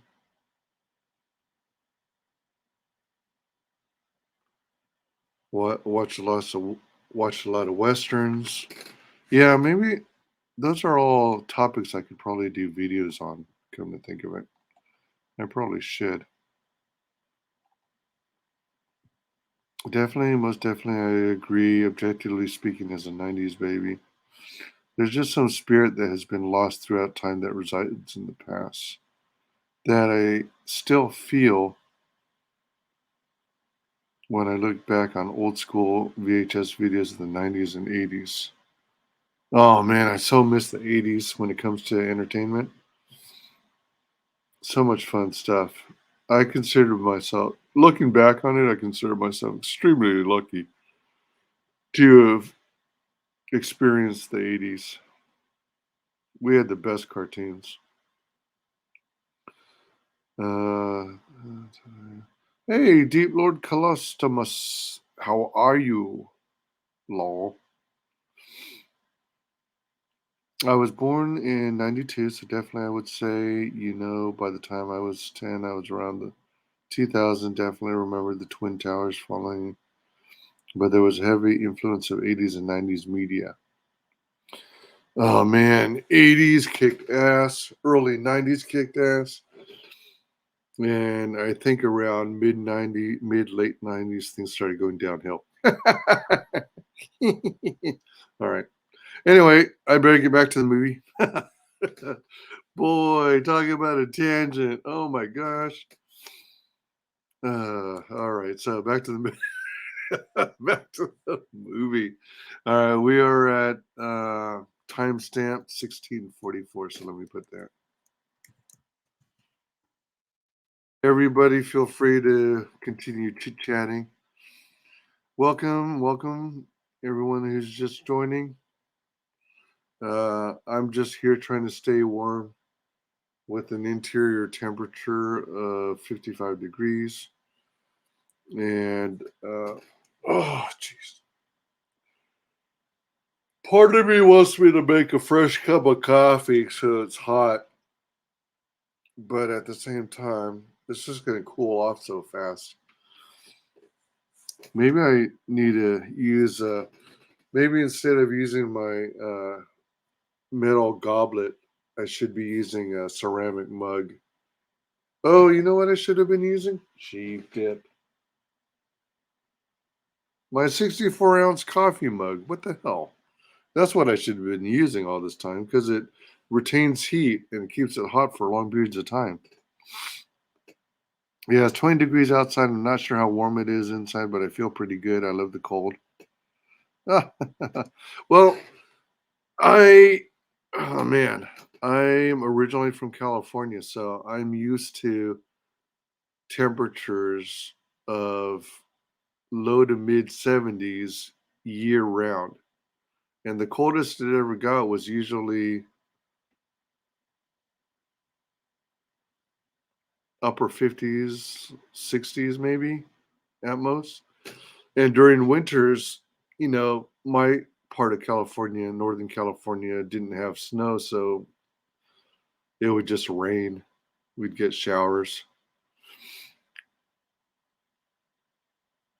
Let's see. Do you need to build yourself a rocket stove engine, my friend? uh, I don't know. I'm starting to think maybe I do. 44 in NorCal, yeah. Um, Indoors, since I'm trying to save on my utility bill and not spend more and more money, I'm not using, I'm basically not using my central heating except for if it drops below 55 degrees. That's why I say interior temperature of 55 degrees. If I if I have it set so that if the temperature gets colder than 55, then the heater will kick on for momentarily for a few minutes just to keep it above 55. Because if it gets too cold, then you risk your pipes in your plumbing uh, to freeze. And if your pipes burst, then you're in a whole mess of trouble. And I don't own this establishment I'm living in. I was looking at the weather app. All right, so supposedly outside it's 11 degrees. It's 11 degrees. Oh man, the highs are going to be 17 degrees. Whoo, that's hot. No, just kidding. Um,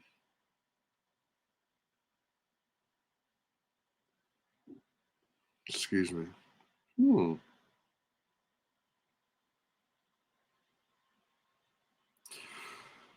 Good golly, yeah. So at least I'm not outdoors because 11 degrees. Jeez. Earlier, before I started the movie, after I got off for work, but before I started the movie, I went to do a Taco Bell run, and um, oh man, it's chilly. Ooh.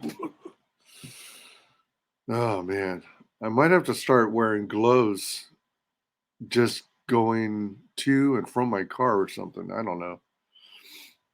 Um,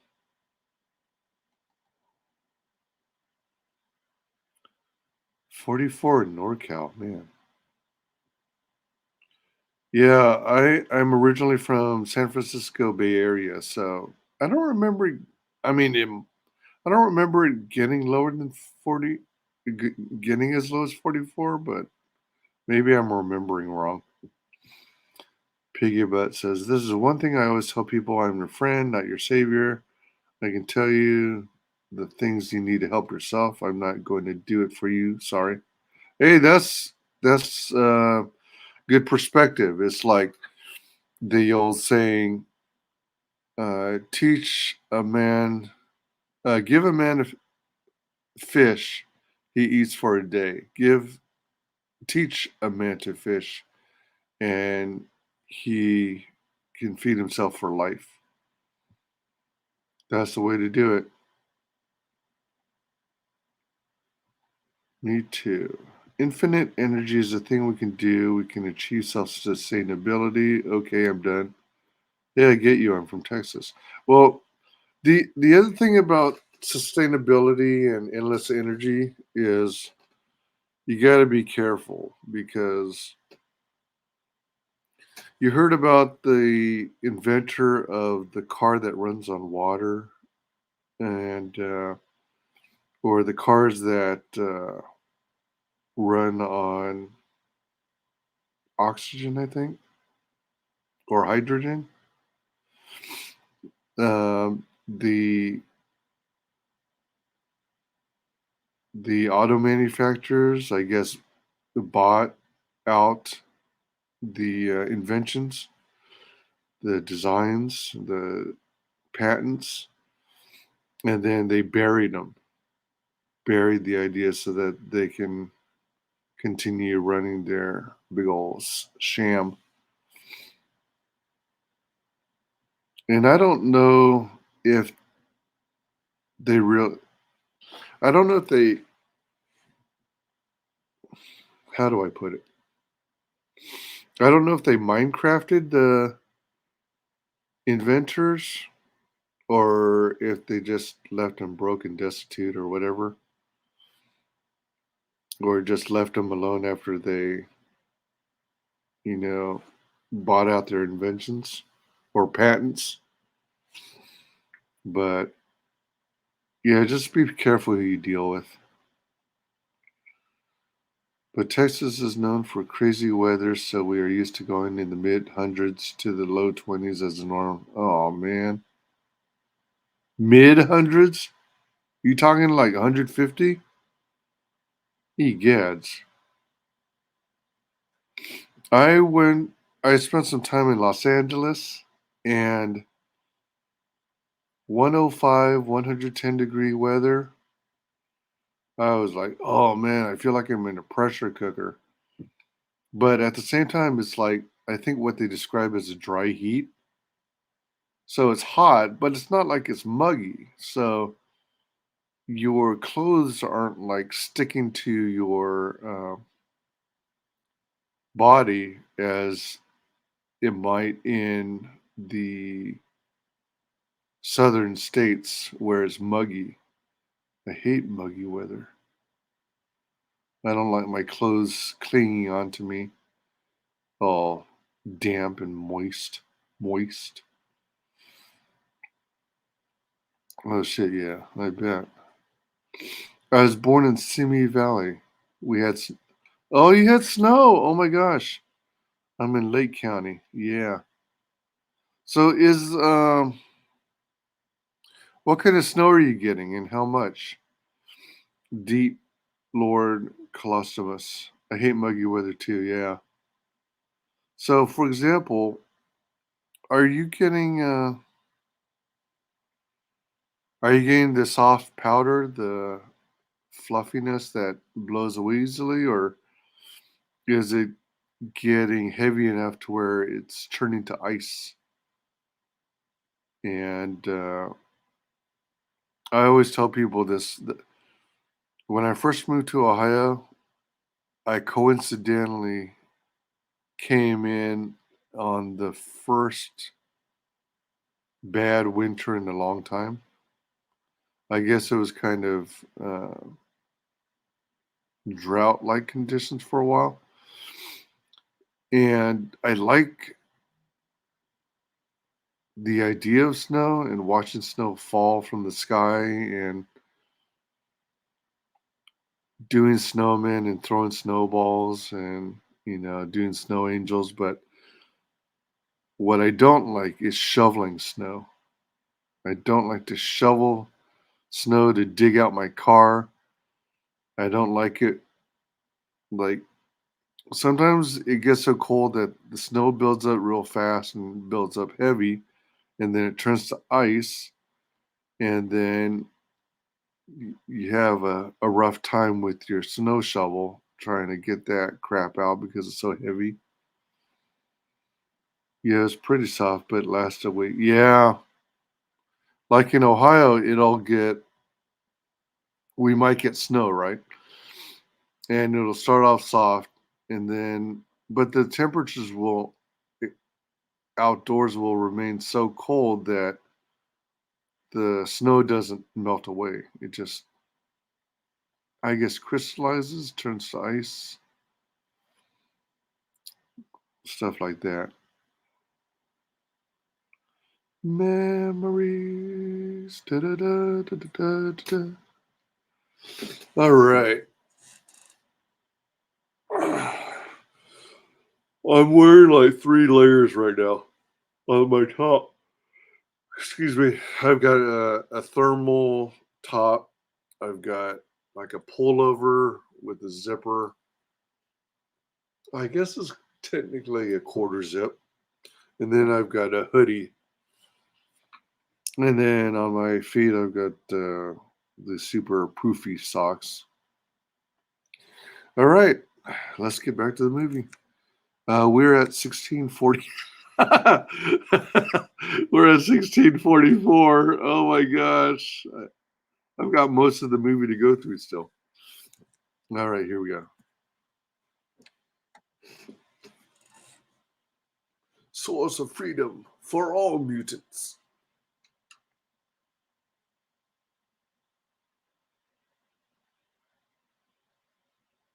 The cure for mutations.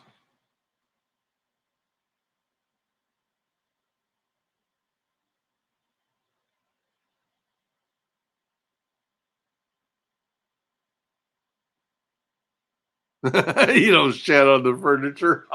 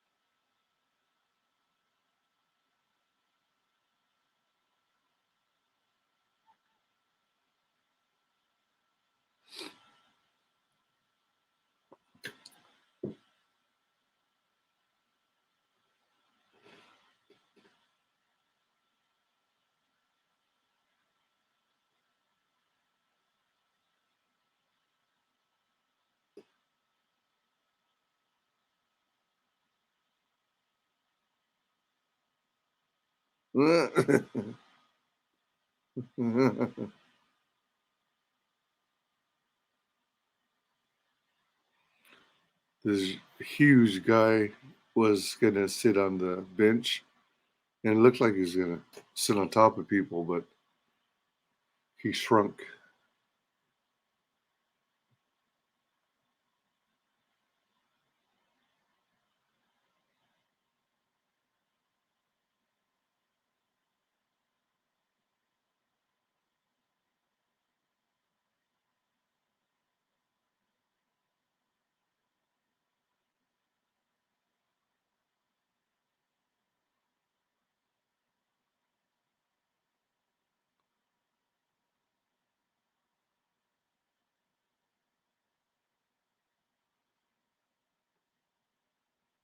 Who will you stand with? The humans or us? You join the Brotherhood?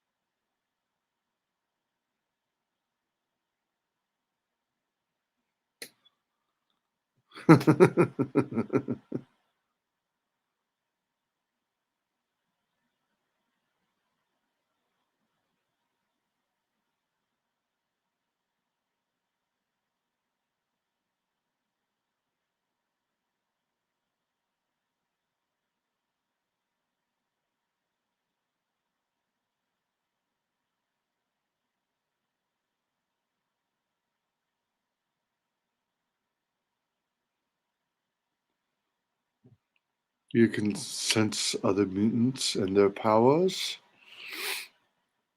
Can you locate one for me?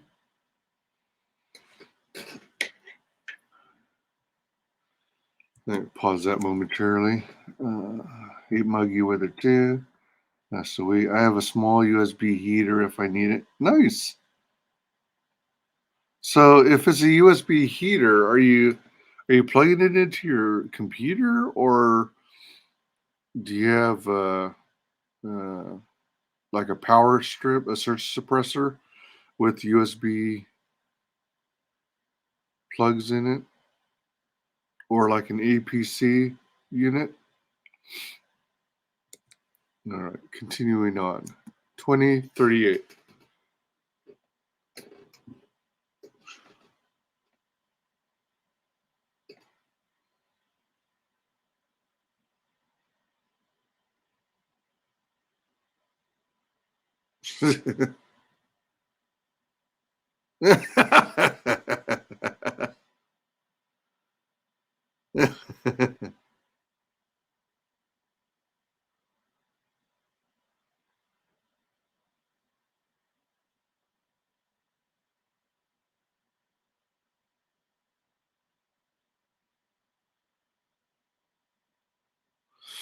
Rebecca Romaine Stamos as Mystique.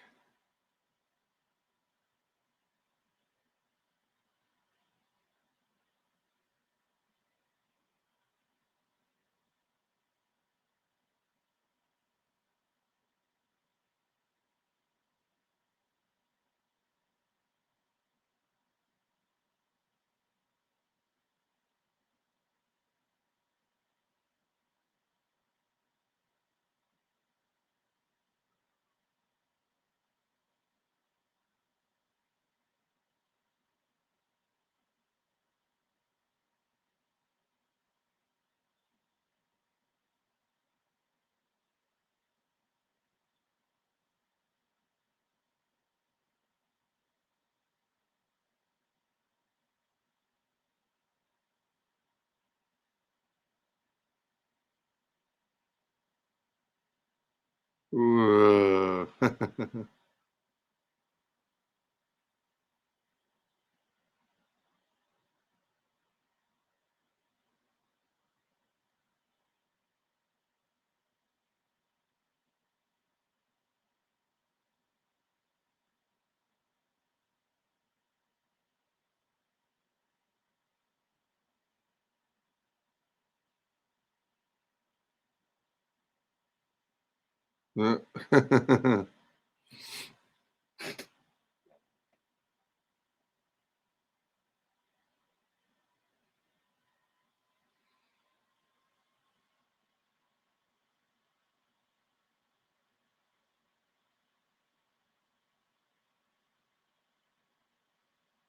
Cyclops.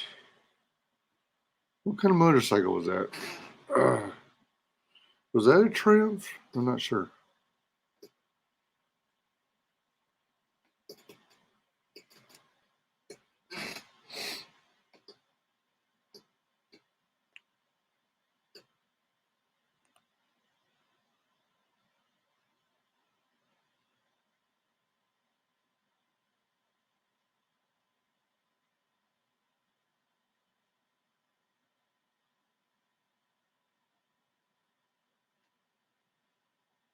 Scott. Scott. Can you hear me? Scott. Scott.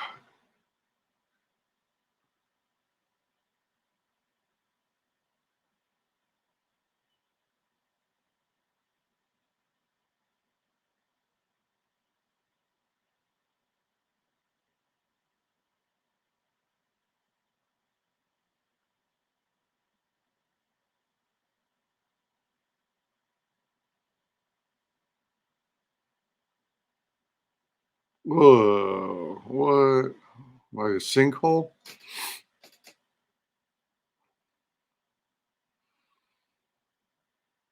What?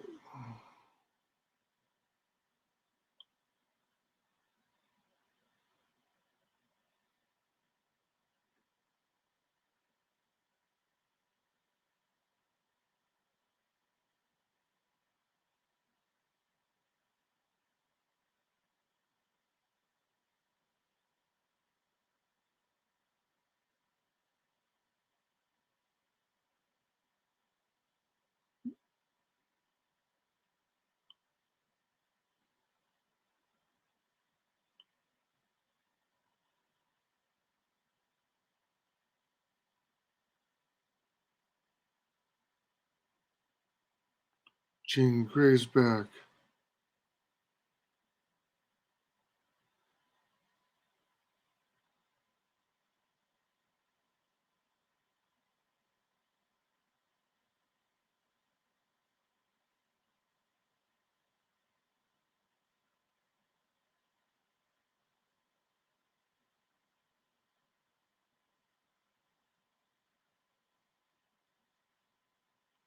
What? You can control Scott's eyes?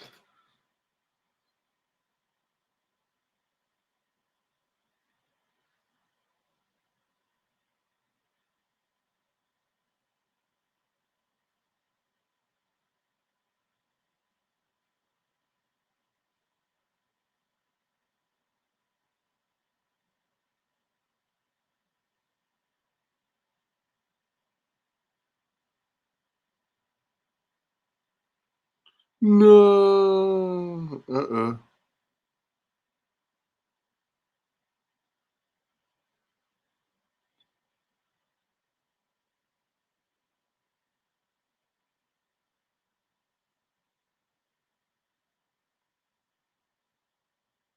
Get to Alkali Lake. It's a trap.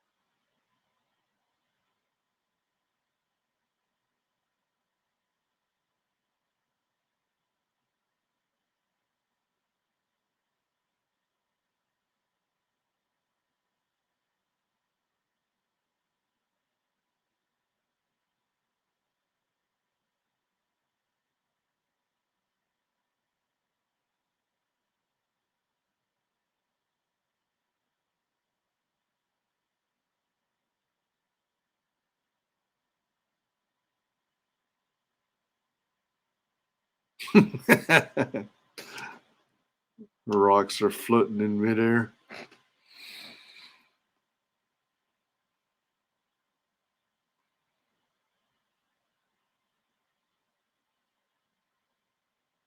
Oh, Scott's glasses.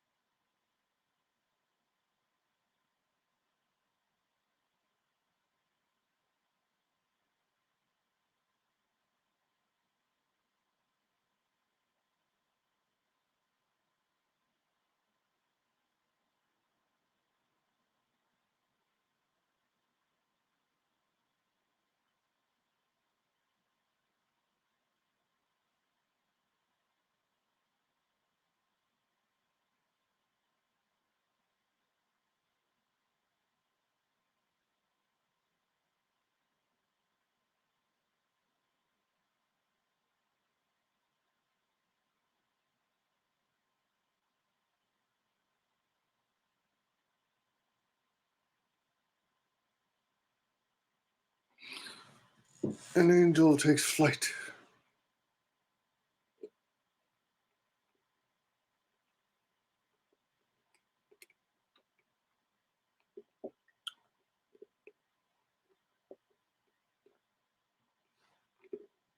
Oh, the little kid song.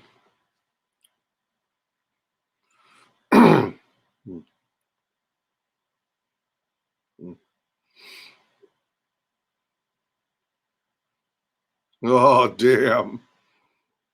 Oh, jeez.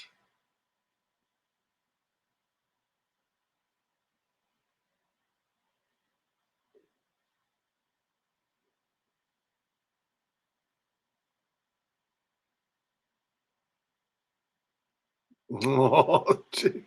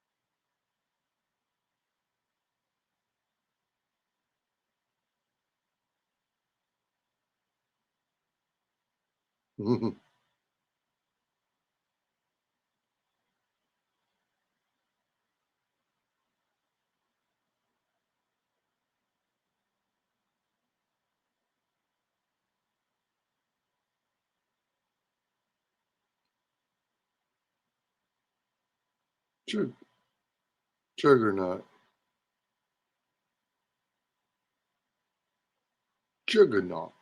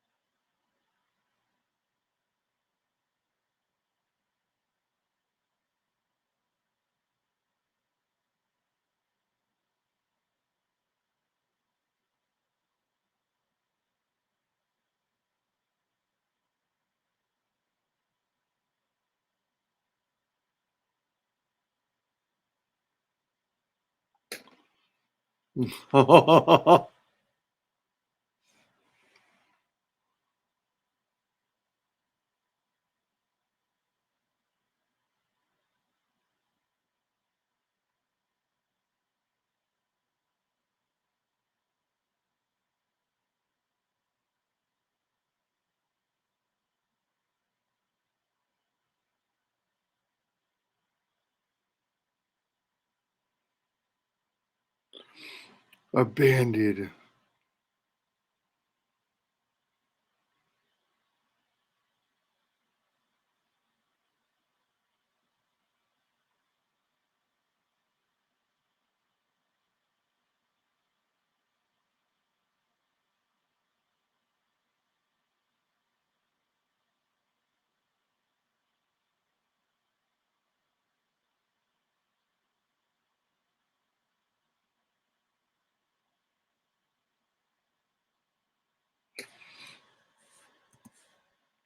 $37.49.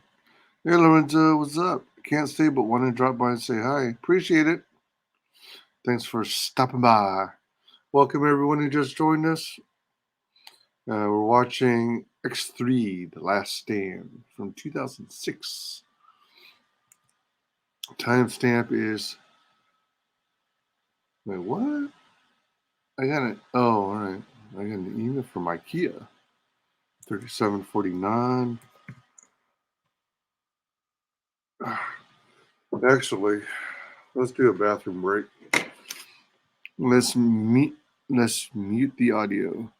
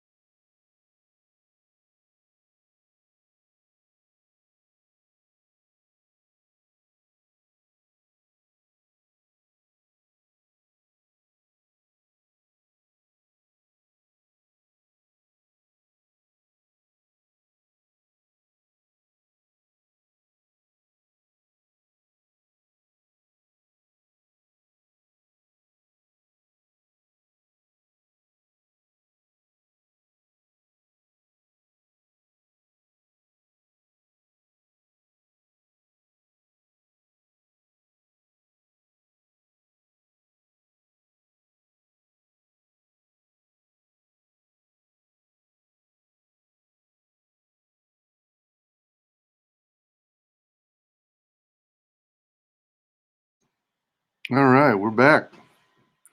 Let us resume the movie. Oh, we 37:49.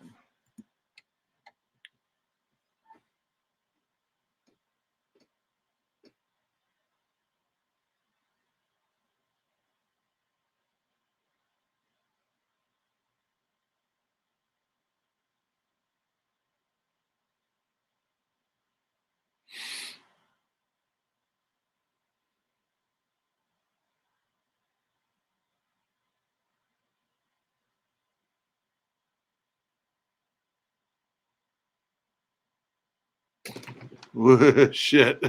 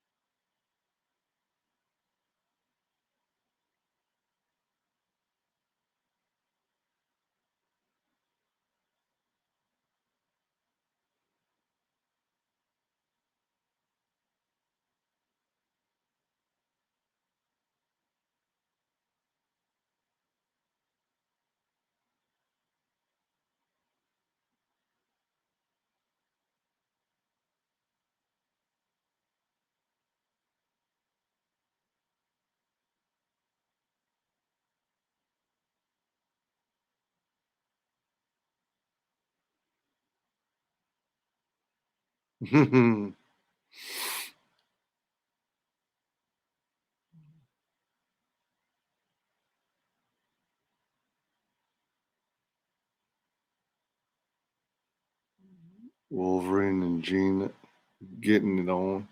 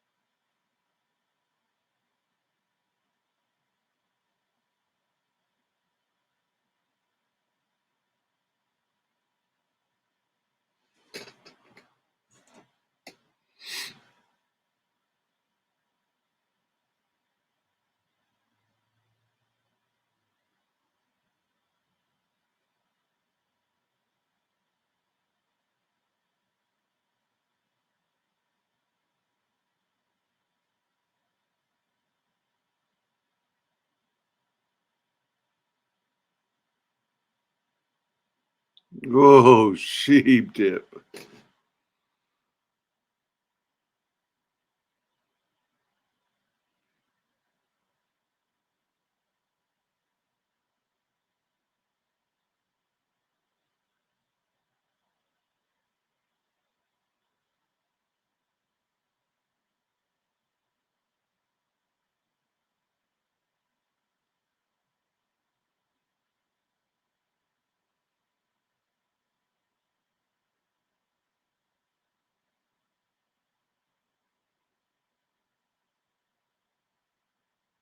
Oh, oh, damn.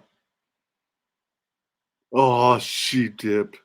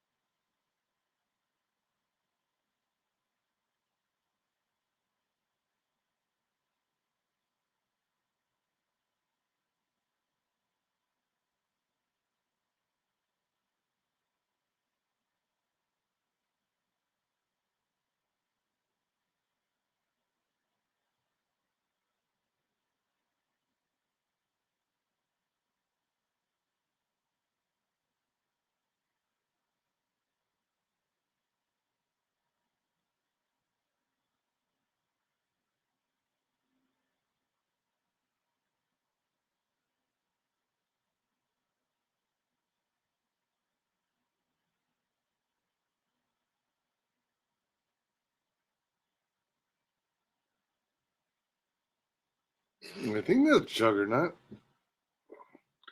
Kind of an odd costume, though. Welcome, everyone. We're watching X3, The Last Stand. We're at timestamp 44 minutes and 55 seconds.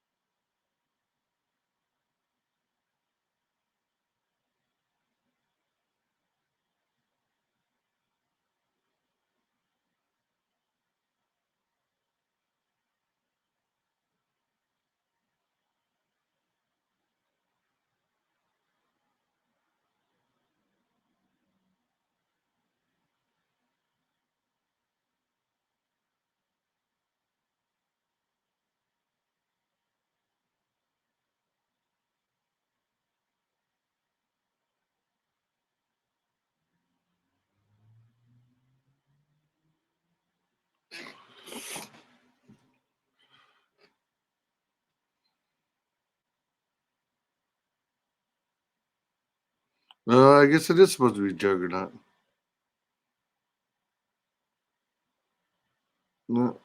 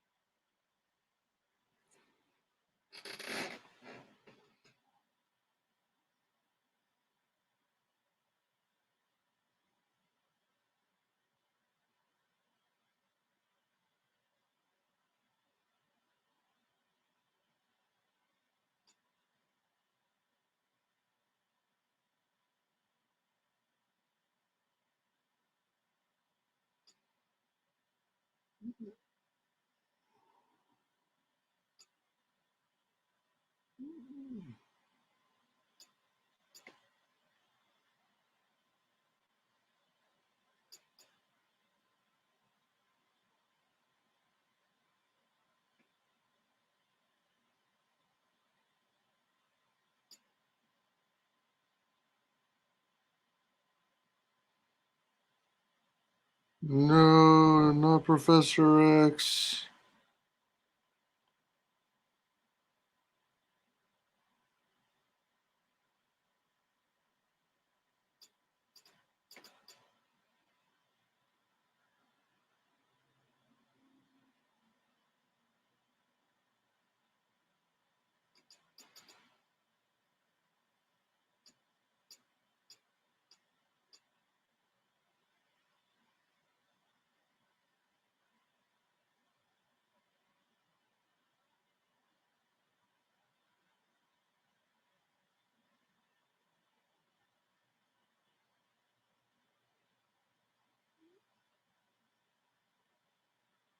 No, she did.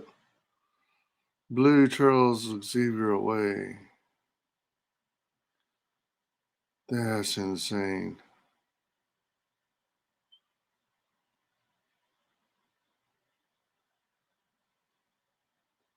You let your friend die, Eric.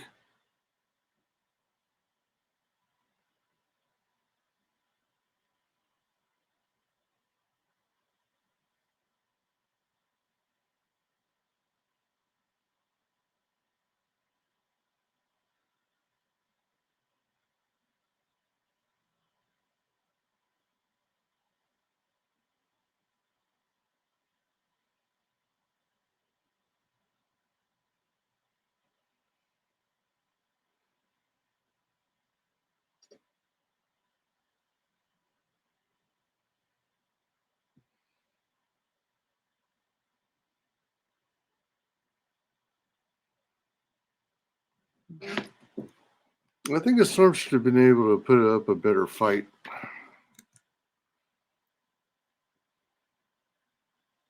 I'm back. What's happening? What's happening? I've resumed the movie. I'm on timestamp 50 minutes and 57 seconds. Professor X just got blown to smithereens. Excuse me. Now they're having the funeral service.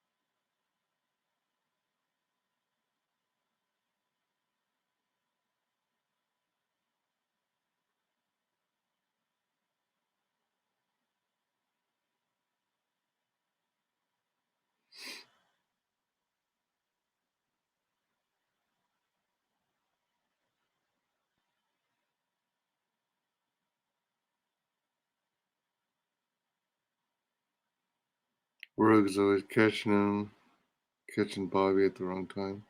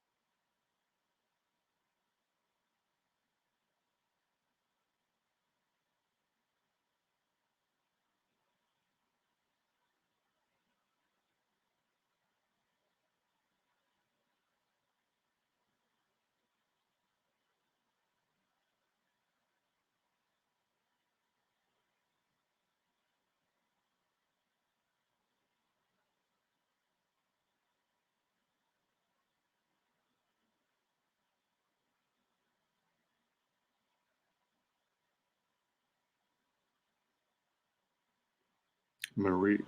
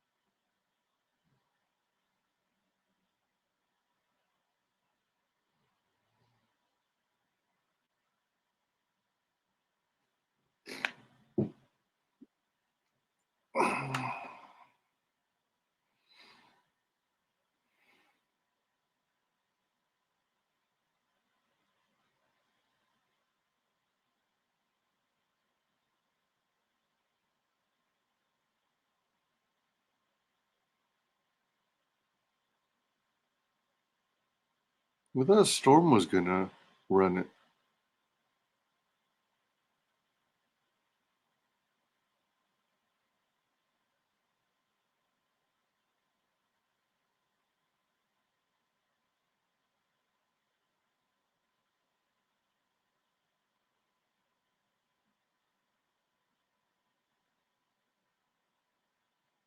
There you go.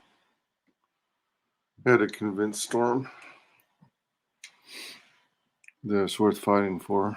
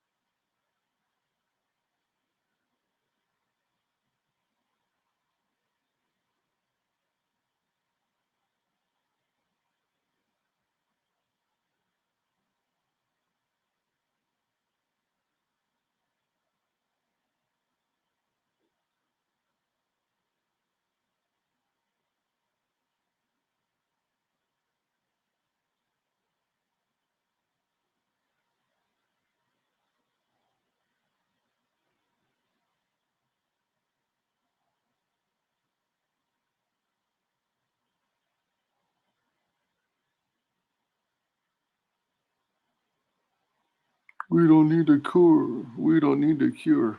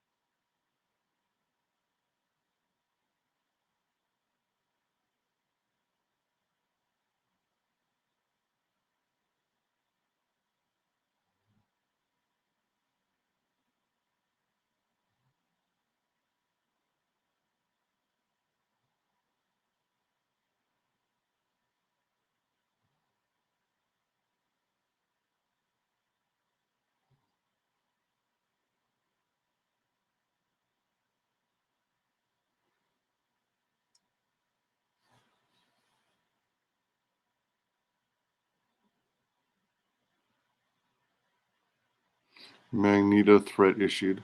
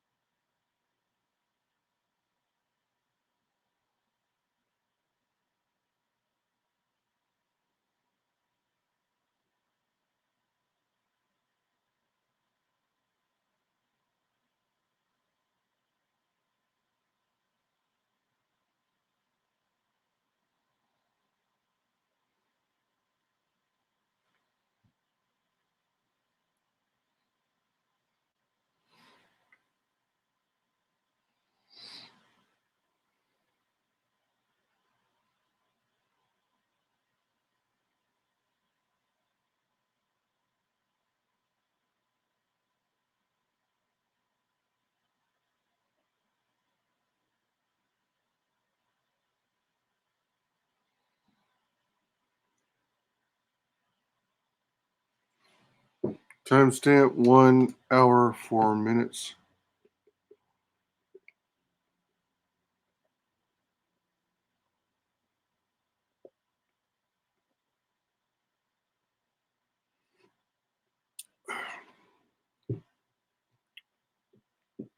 Excuse me.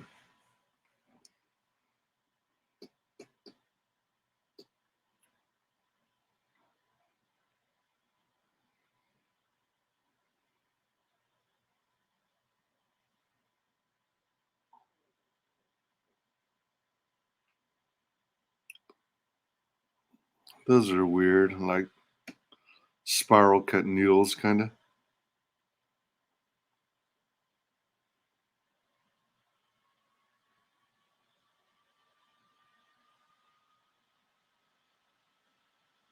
There you go.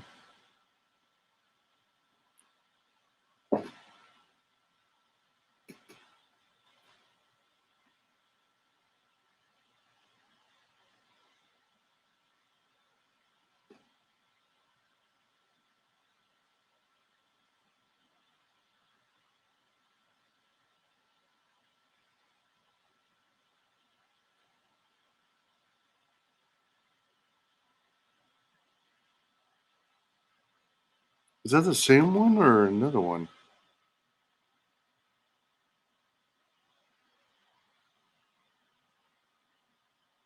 Oh,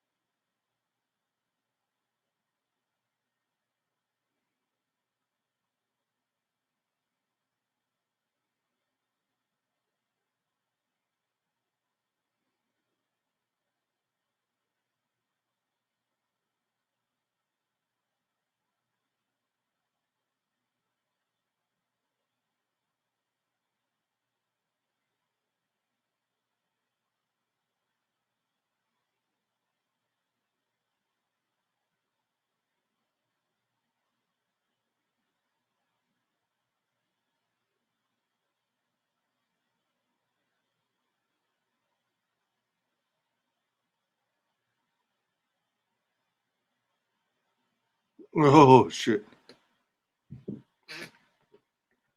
Yeah, there we go.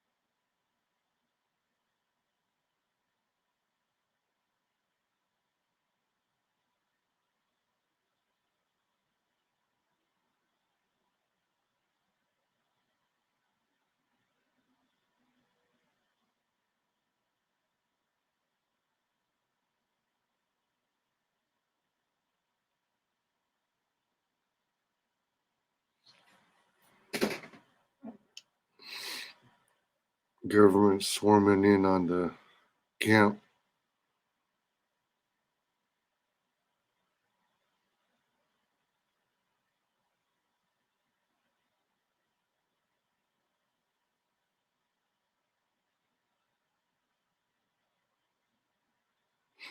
It's a trap.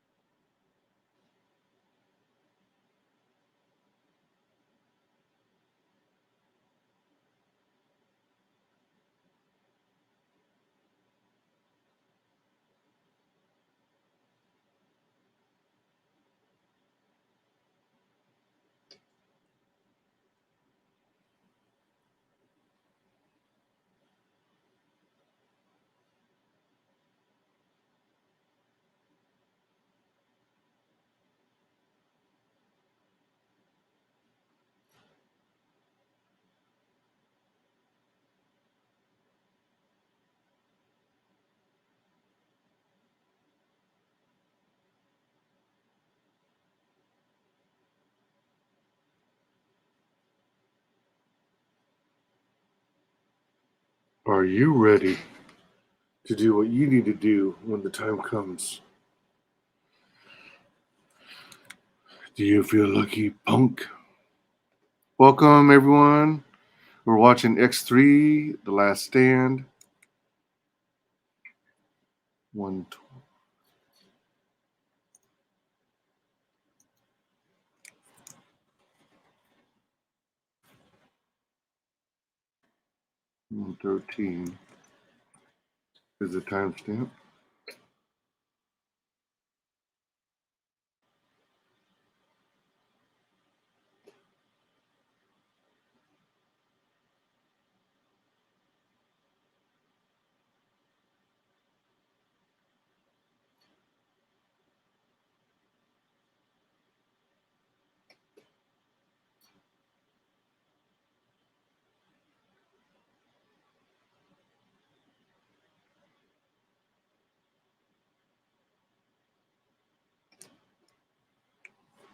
Golden Gate Bridge.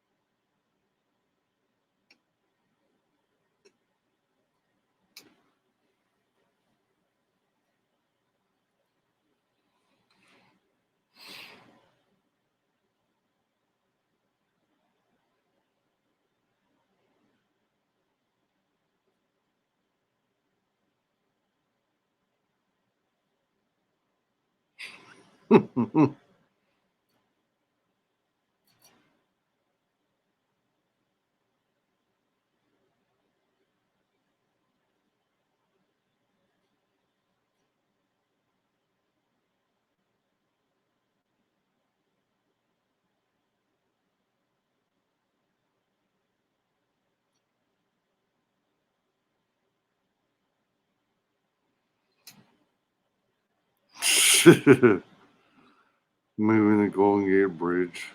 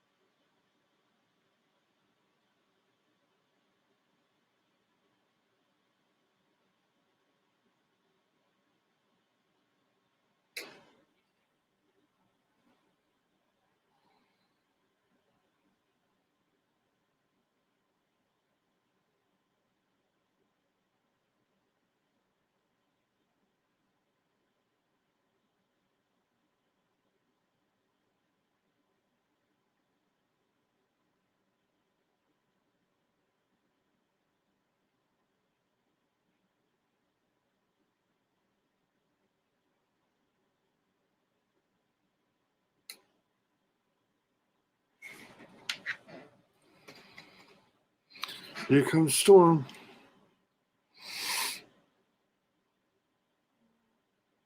Beasts.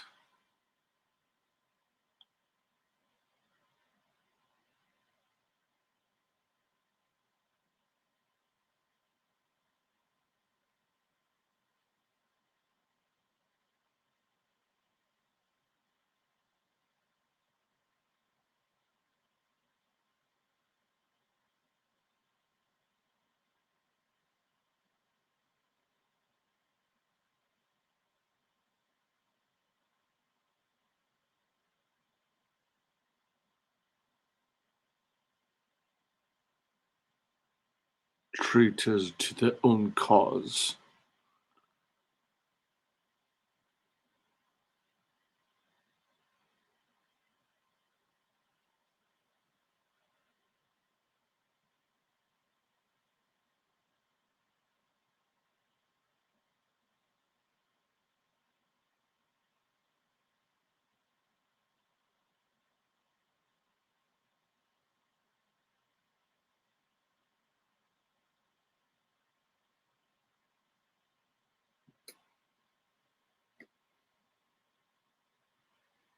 No.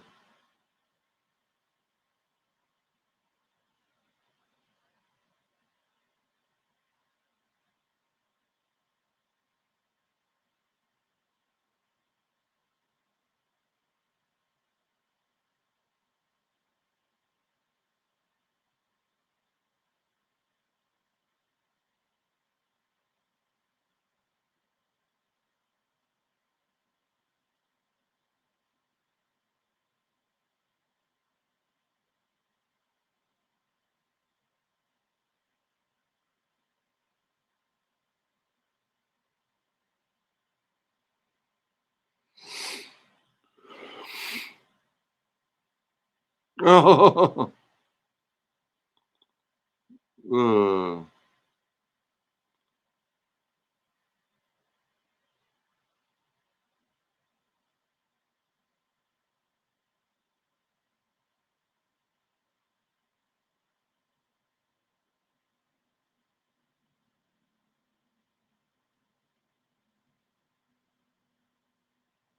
Don't you know who I am?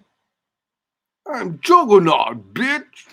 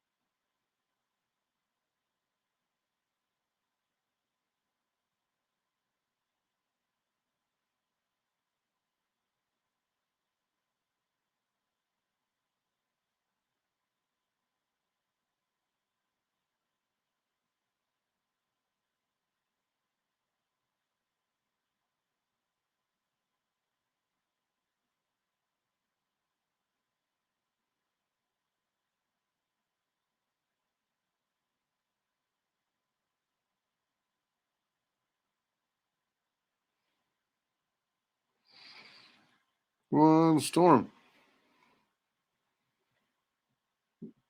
Oh yeah.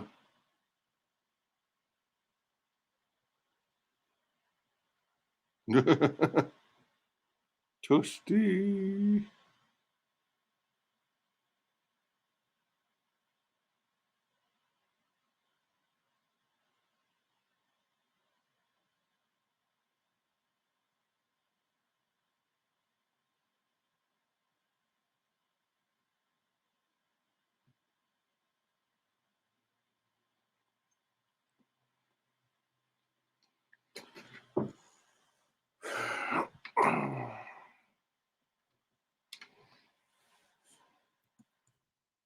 $125.53. Hey, Hockey, how's it going? 125.53. Take a short break. We're on the final battle. Looks like. Oh, excuse me. They're taking their last stand, as it were. Oh, damn. Hey, Jason. Good a bit. You're passing out. What? Me? Uh, uh, uh,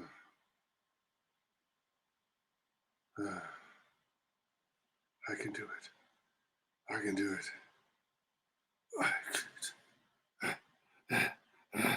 I can do it. We just have a little more to go. A little more. I'll go to bed afterwards. Jeez. I might have to do like last time where instead of watching two movies back to back, I'll watch one and then the part that I think I was dozing off on or kind of going in and out on, watch the rest of that the following morning before work.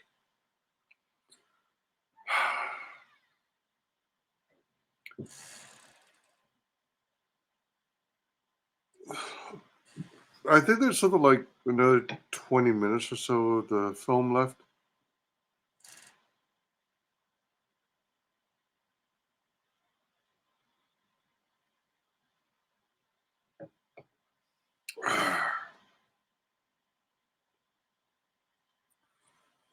Woo-wee.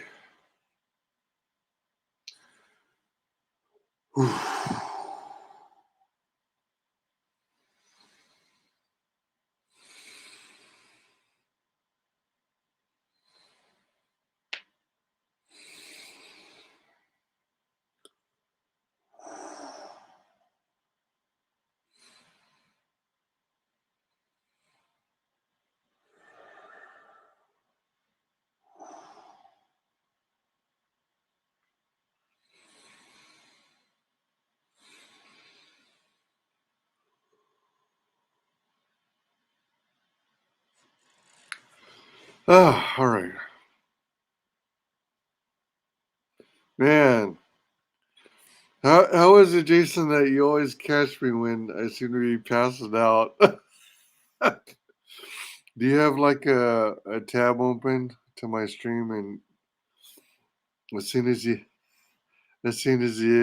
catch a glimpse of me, kind of fading in and out,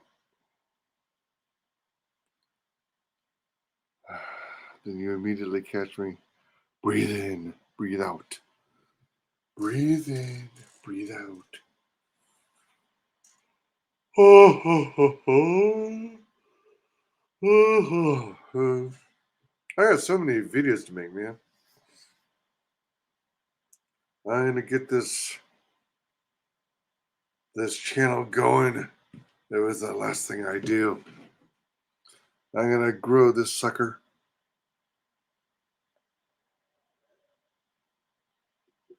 Because I'm a grower, not a shower.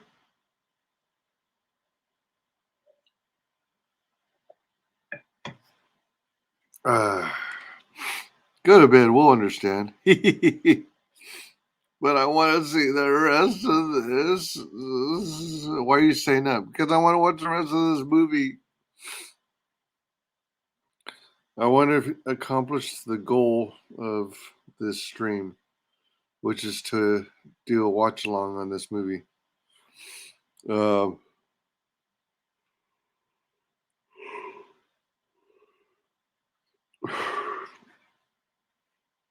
it's called X3, which is basically the third X-Men movie from Fox or 20th Century Fox. X3, The Last Stand, where they have Dark Phoenix. Um,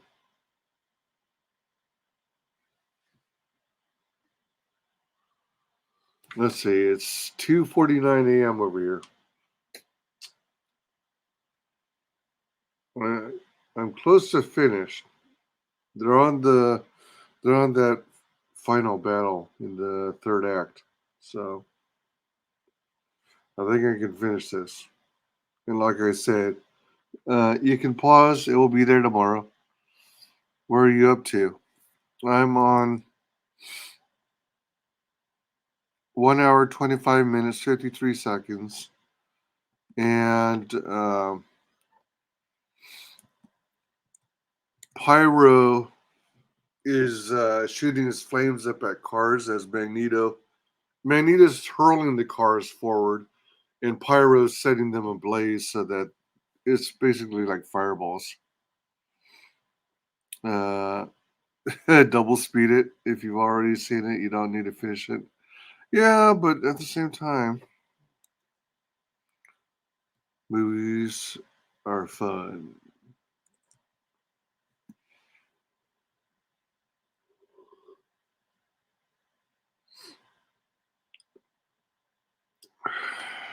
Let me see something. I think this has the ability. Okay, there's 18 minutes left of the movie. I should be able to do that.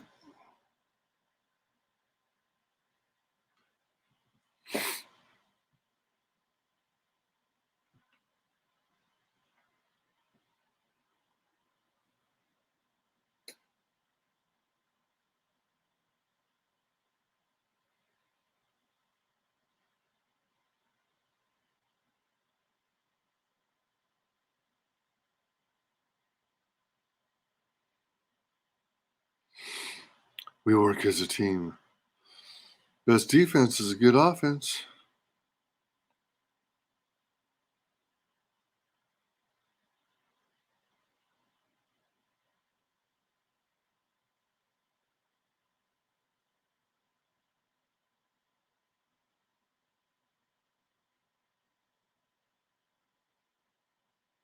Pyro versus Iceman.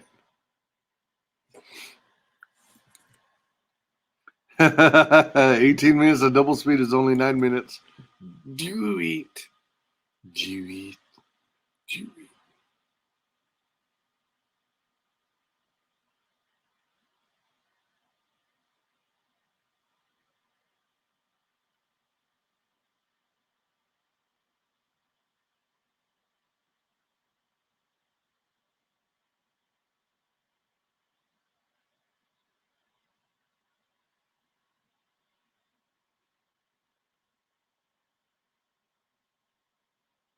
Cloud cover.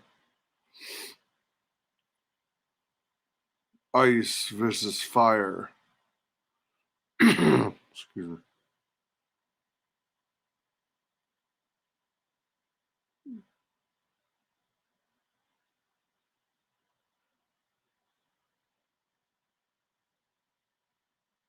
There you go. Freeze his arms.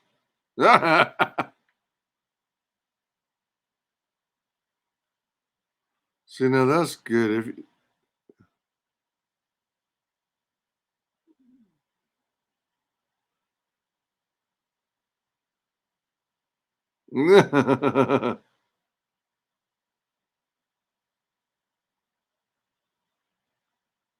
you never learn, do you?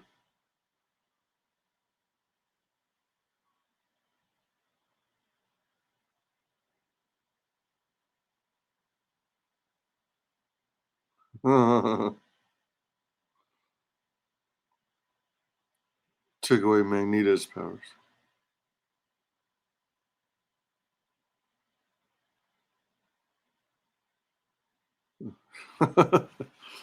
They took 4 syringes to slow down Magneto.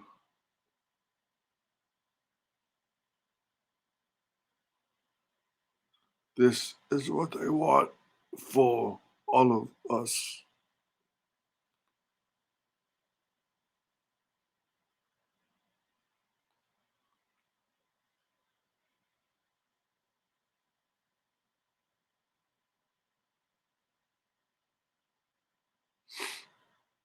It's over, Jean.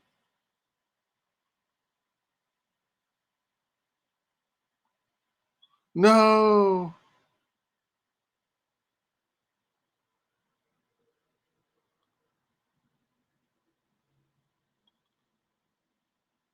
Stupid human army.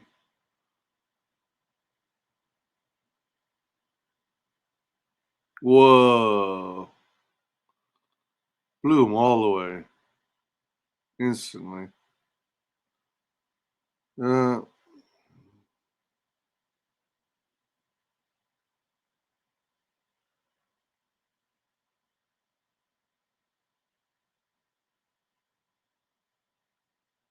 no doubt. Run for your lives, literally.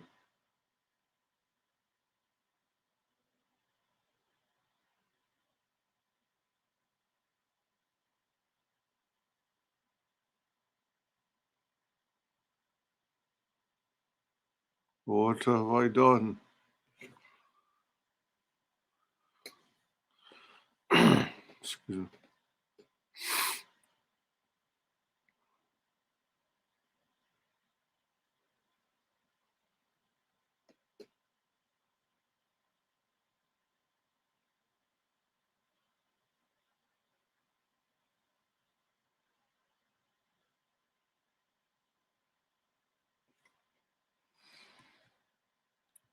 Total destruction. Oh!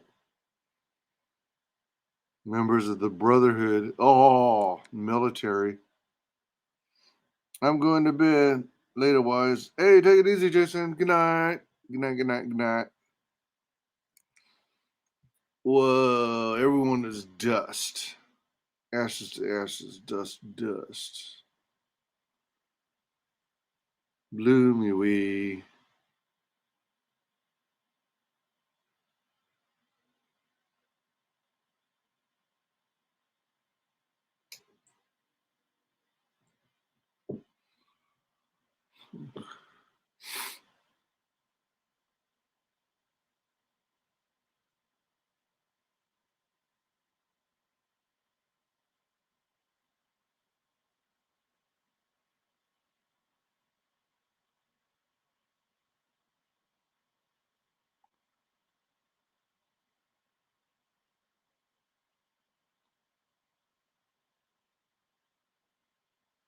Thank goodness for the healing factor. Otherwise, he would have been toast long ago.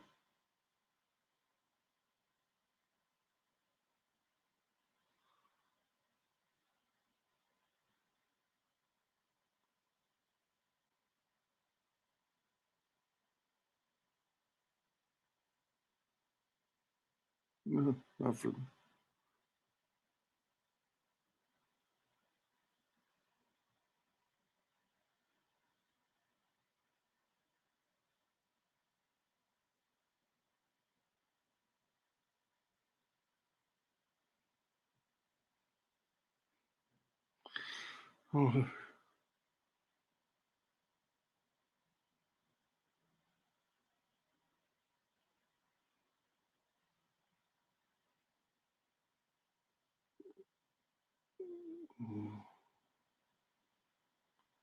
All that water falling from the sky.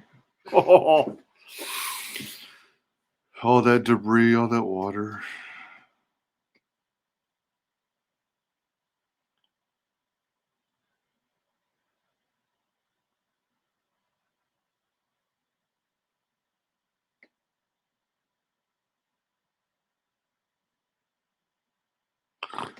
If I remember, they do a funeral for her too, and for Scott, because Scott died too.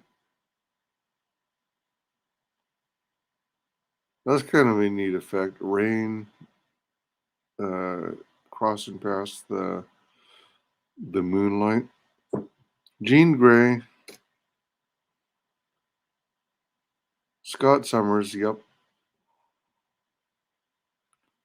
they joined Professor X.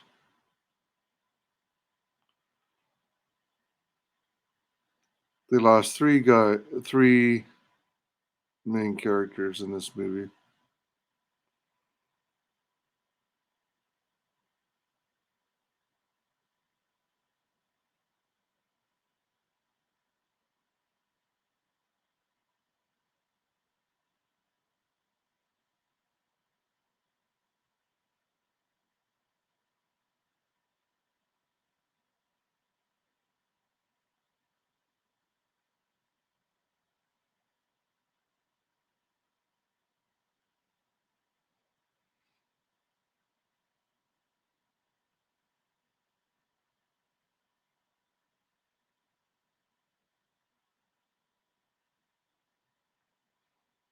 Oh, she. Wait, so she did get it done? She did get the shot to remove her powers?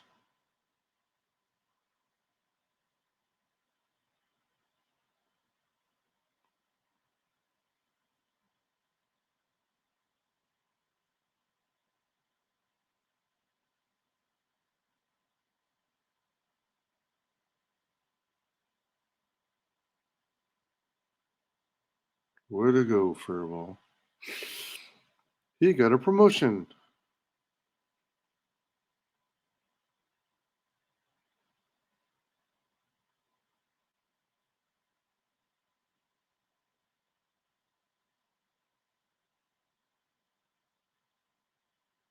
Whoa, that place is huge. Has it always been that huge, or did they expand it?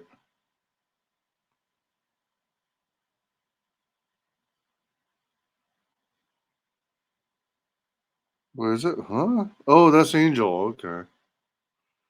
There's the Golden Gate's missing a huge chunk of bridge still. That's gonna take a long time to repair.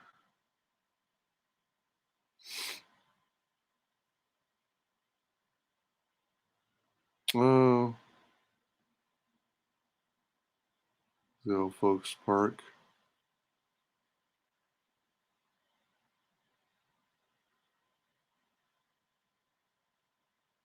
Eric playing chess by himself.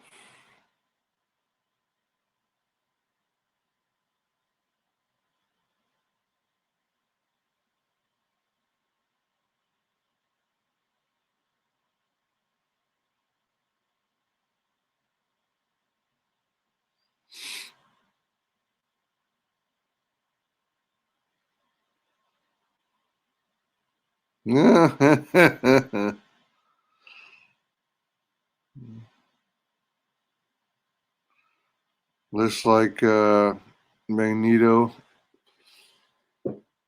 might have a chance to get his powers back.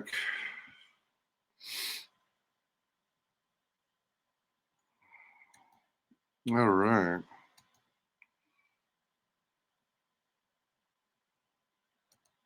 So that's the end of that. Oh my gosh, Mermaid Messiah. Just saying hi before bed soon. Love you, Wise. Love you too, Mermaid. Miss the grocery shopping videos. There will be more. There will be many more. I'm just kind of revamping the channel. I'm going to create more content. Uh, I'm actually, I don't know if you're. I don't know if you're being sarcastic or not about the grocery shopping videos, but hey, I still like doing them. Um, but I'm going to be bringing back a lot of videos, plus, I mean, a lot of streams, plus bringing back a bunch of new content. Plus, I'm also going to try doing. I'm going to start doing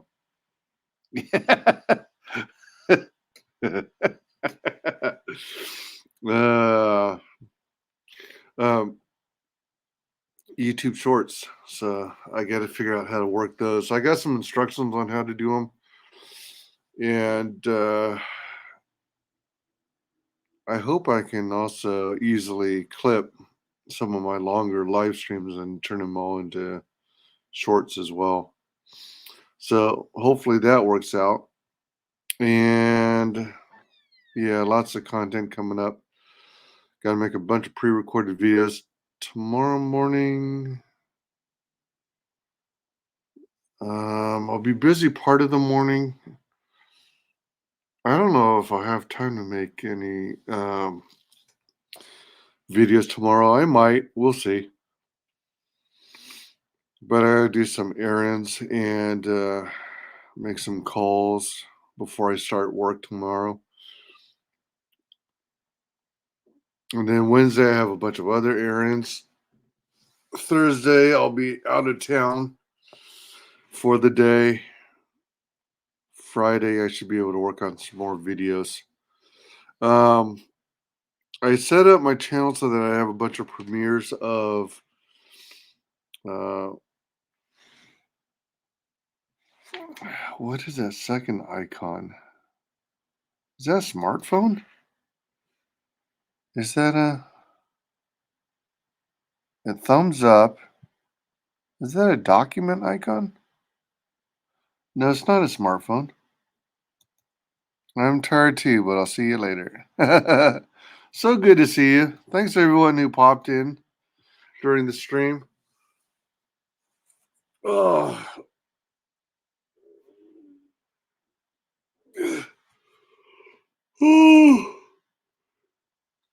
For those of who missed the earlier part of the stream, I got off on a giant tangent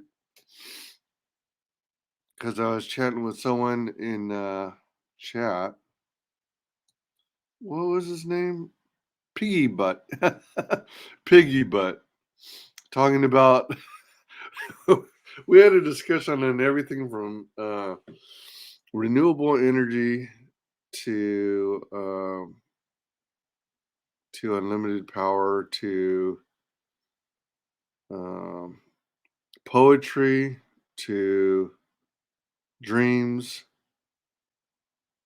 to the Mandela effect. It was quite a varied and wild conversation. Um, if you're interested, check it out. It was earlier in the stream. I think I was only about 15 minutes into the movie when I got sidetracked and we started talking about all that stuff. So it took a while before I finally got back. Oh, excuse me. Before I finally got back on track and resumed the movie. That's why I'm ending so late. All right. I guess I better call it. It's 3:07 a.m. right now. Let me see. I bet you it's still 55 degrees indoors. Yep. 55 indoors. Let me see what. Oh, it's 10 degrees outside, so it dropped 1 degree since I last checked. The highs today are going to be 17 degrees. The lows are going to be 8 degrees. All right. 8 degrees of separation. All right. Well, thank you all for joining me. I hope you had some kind of fun. I wish you all the best. Have a good evening, morning, afternoon. And we'll see you on the next video or stream. Take care. Bye.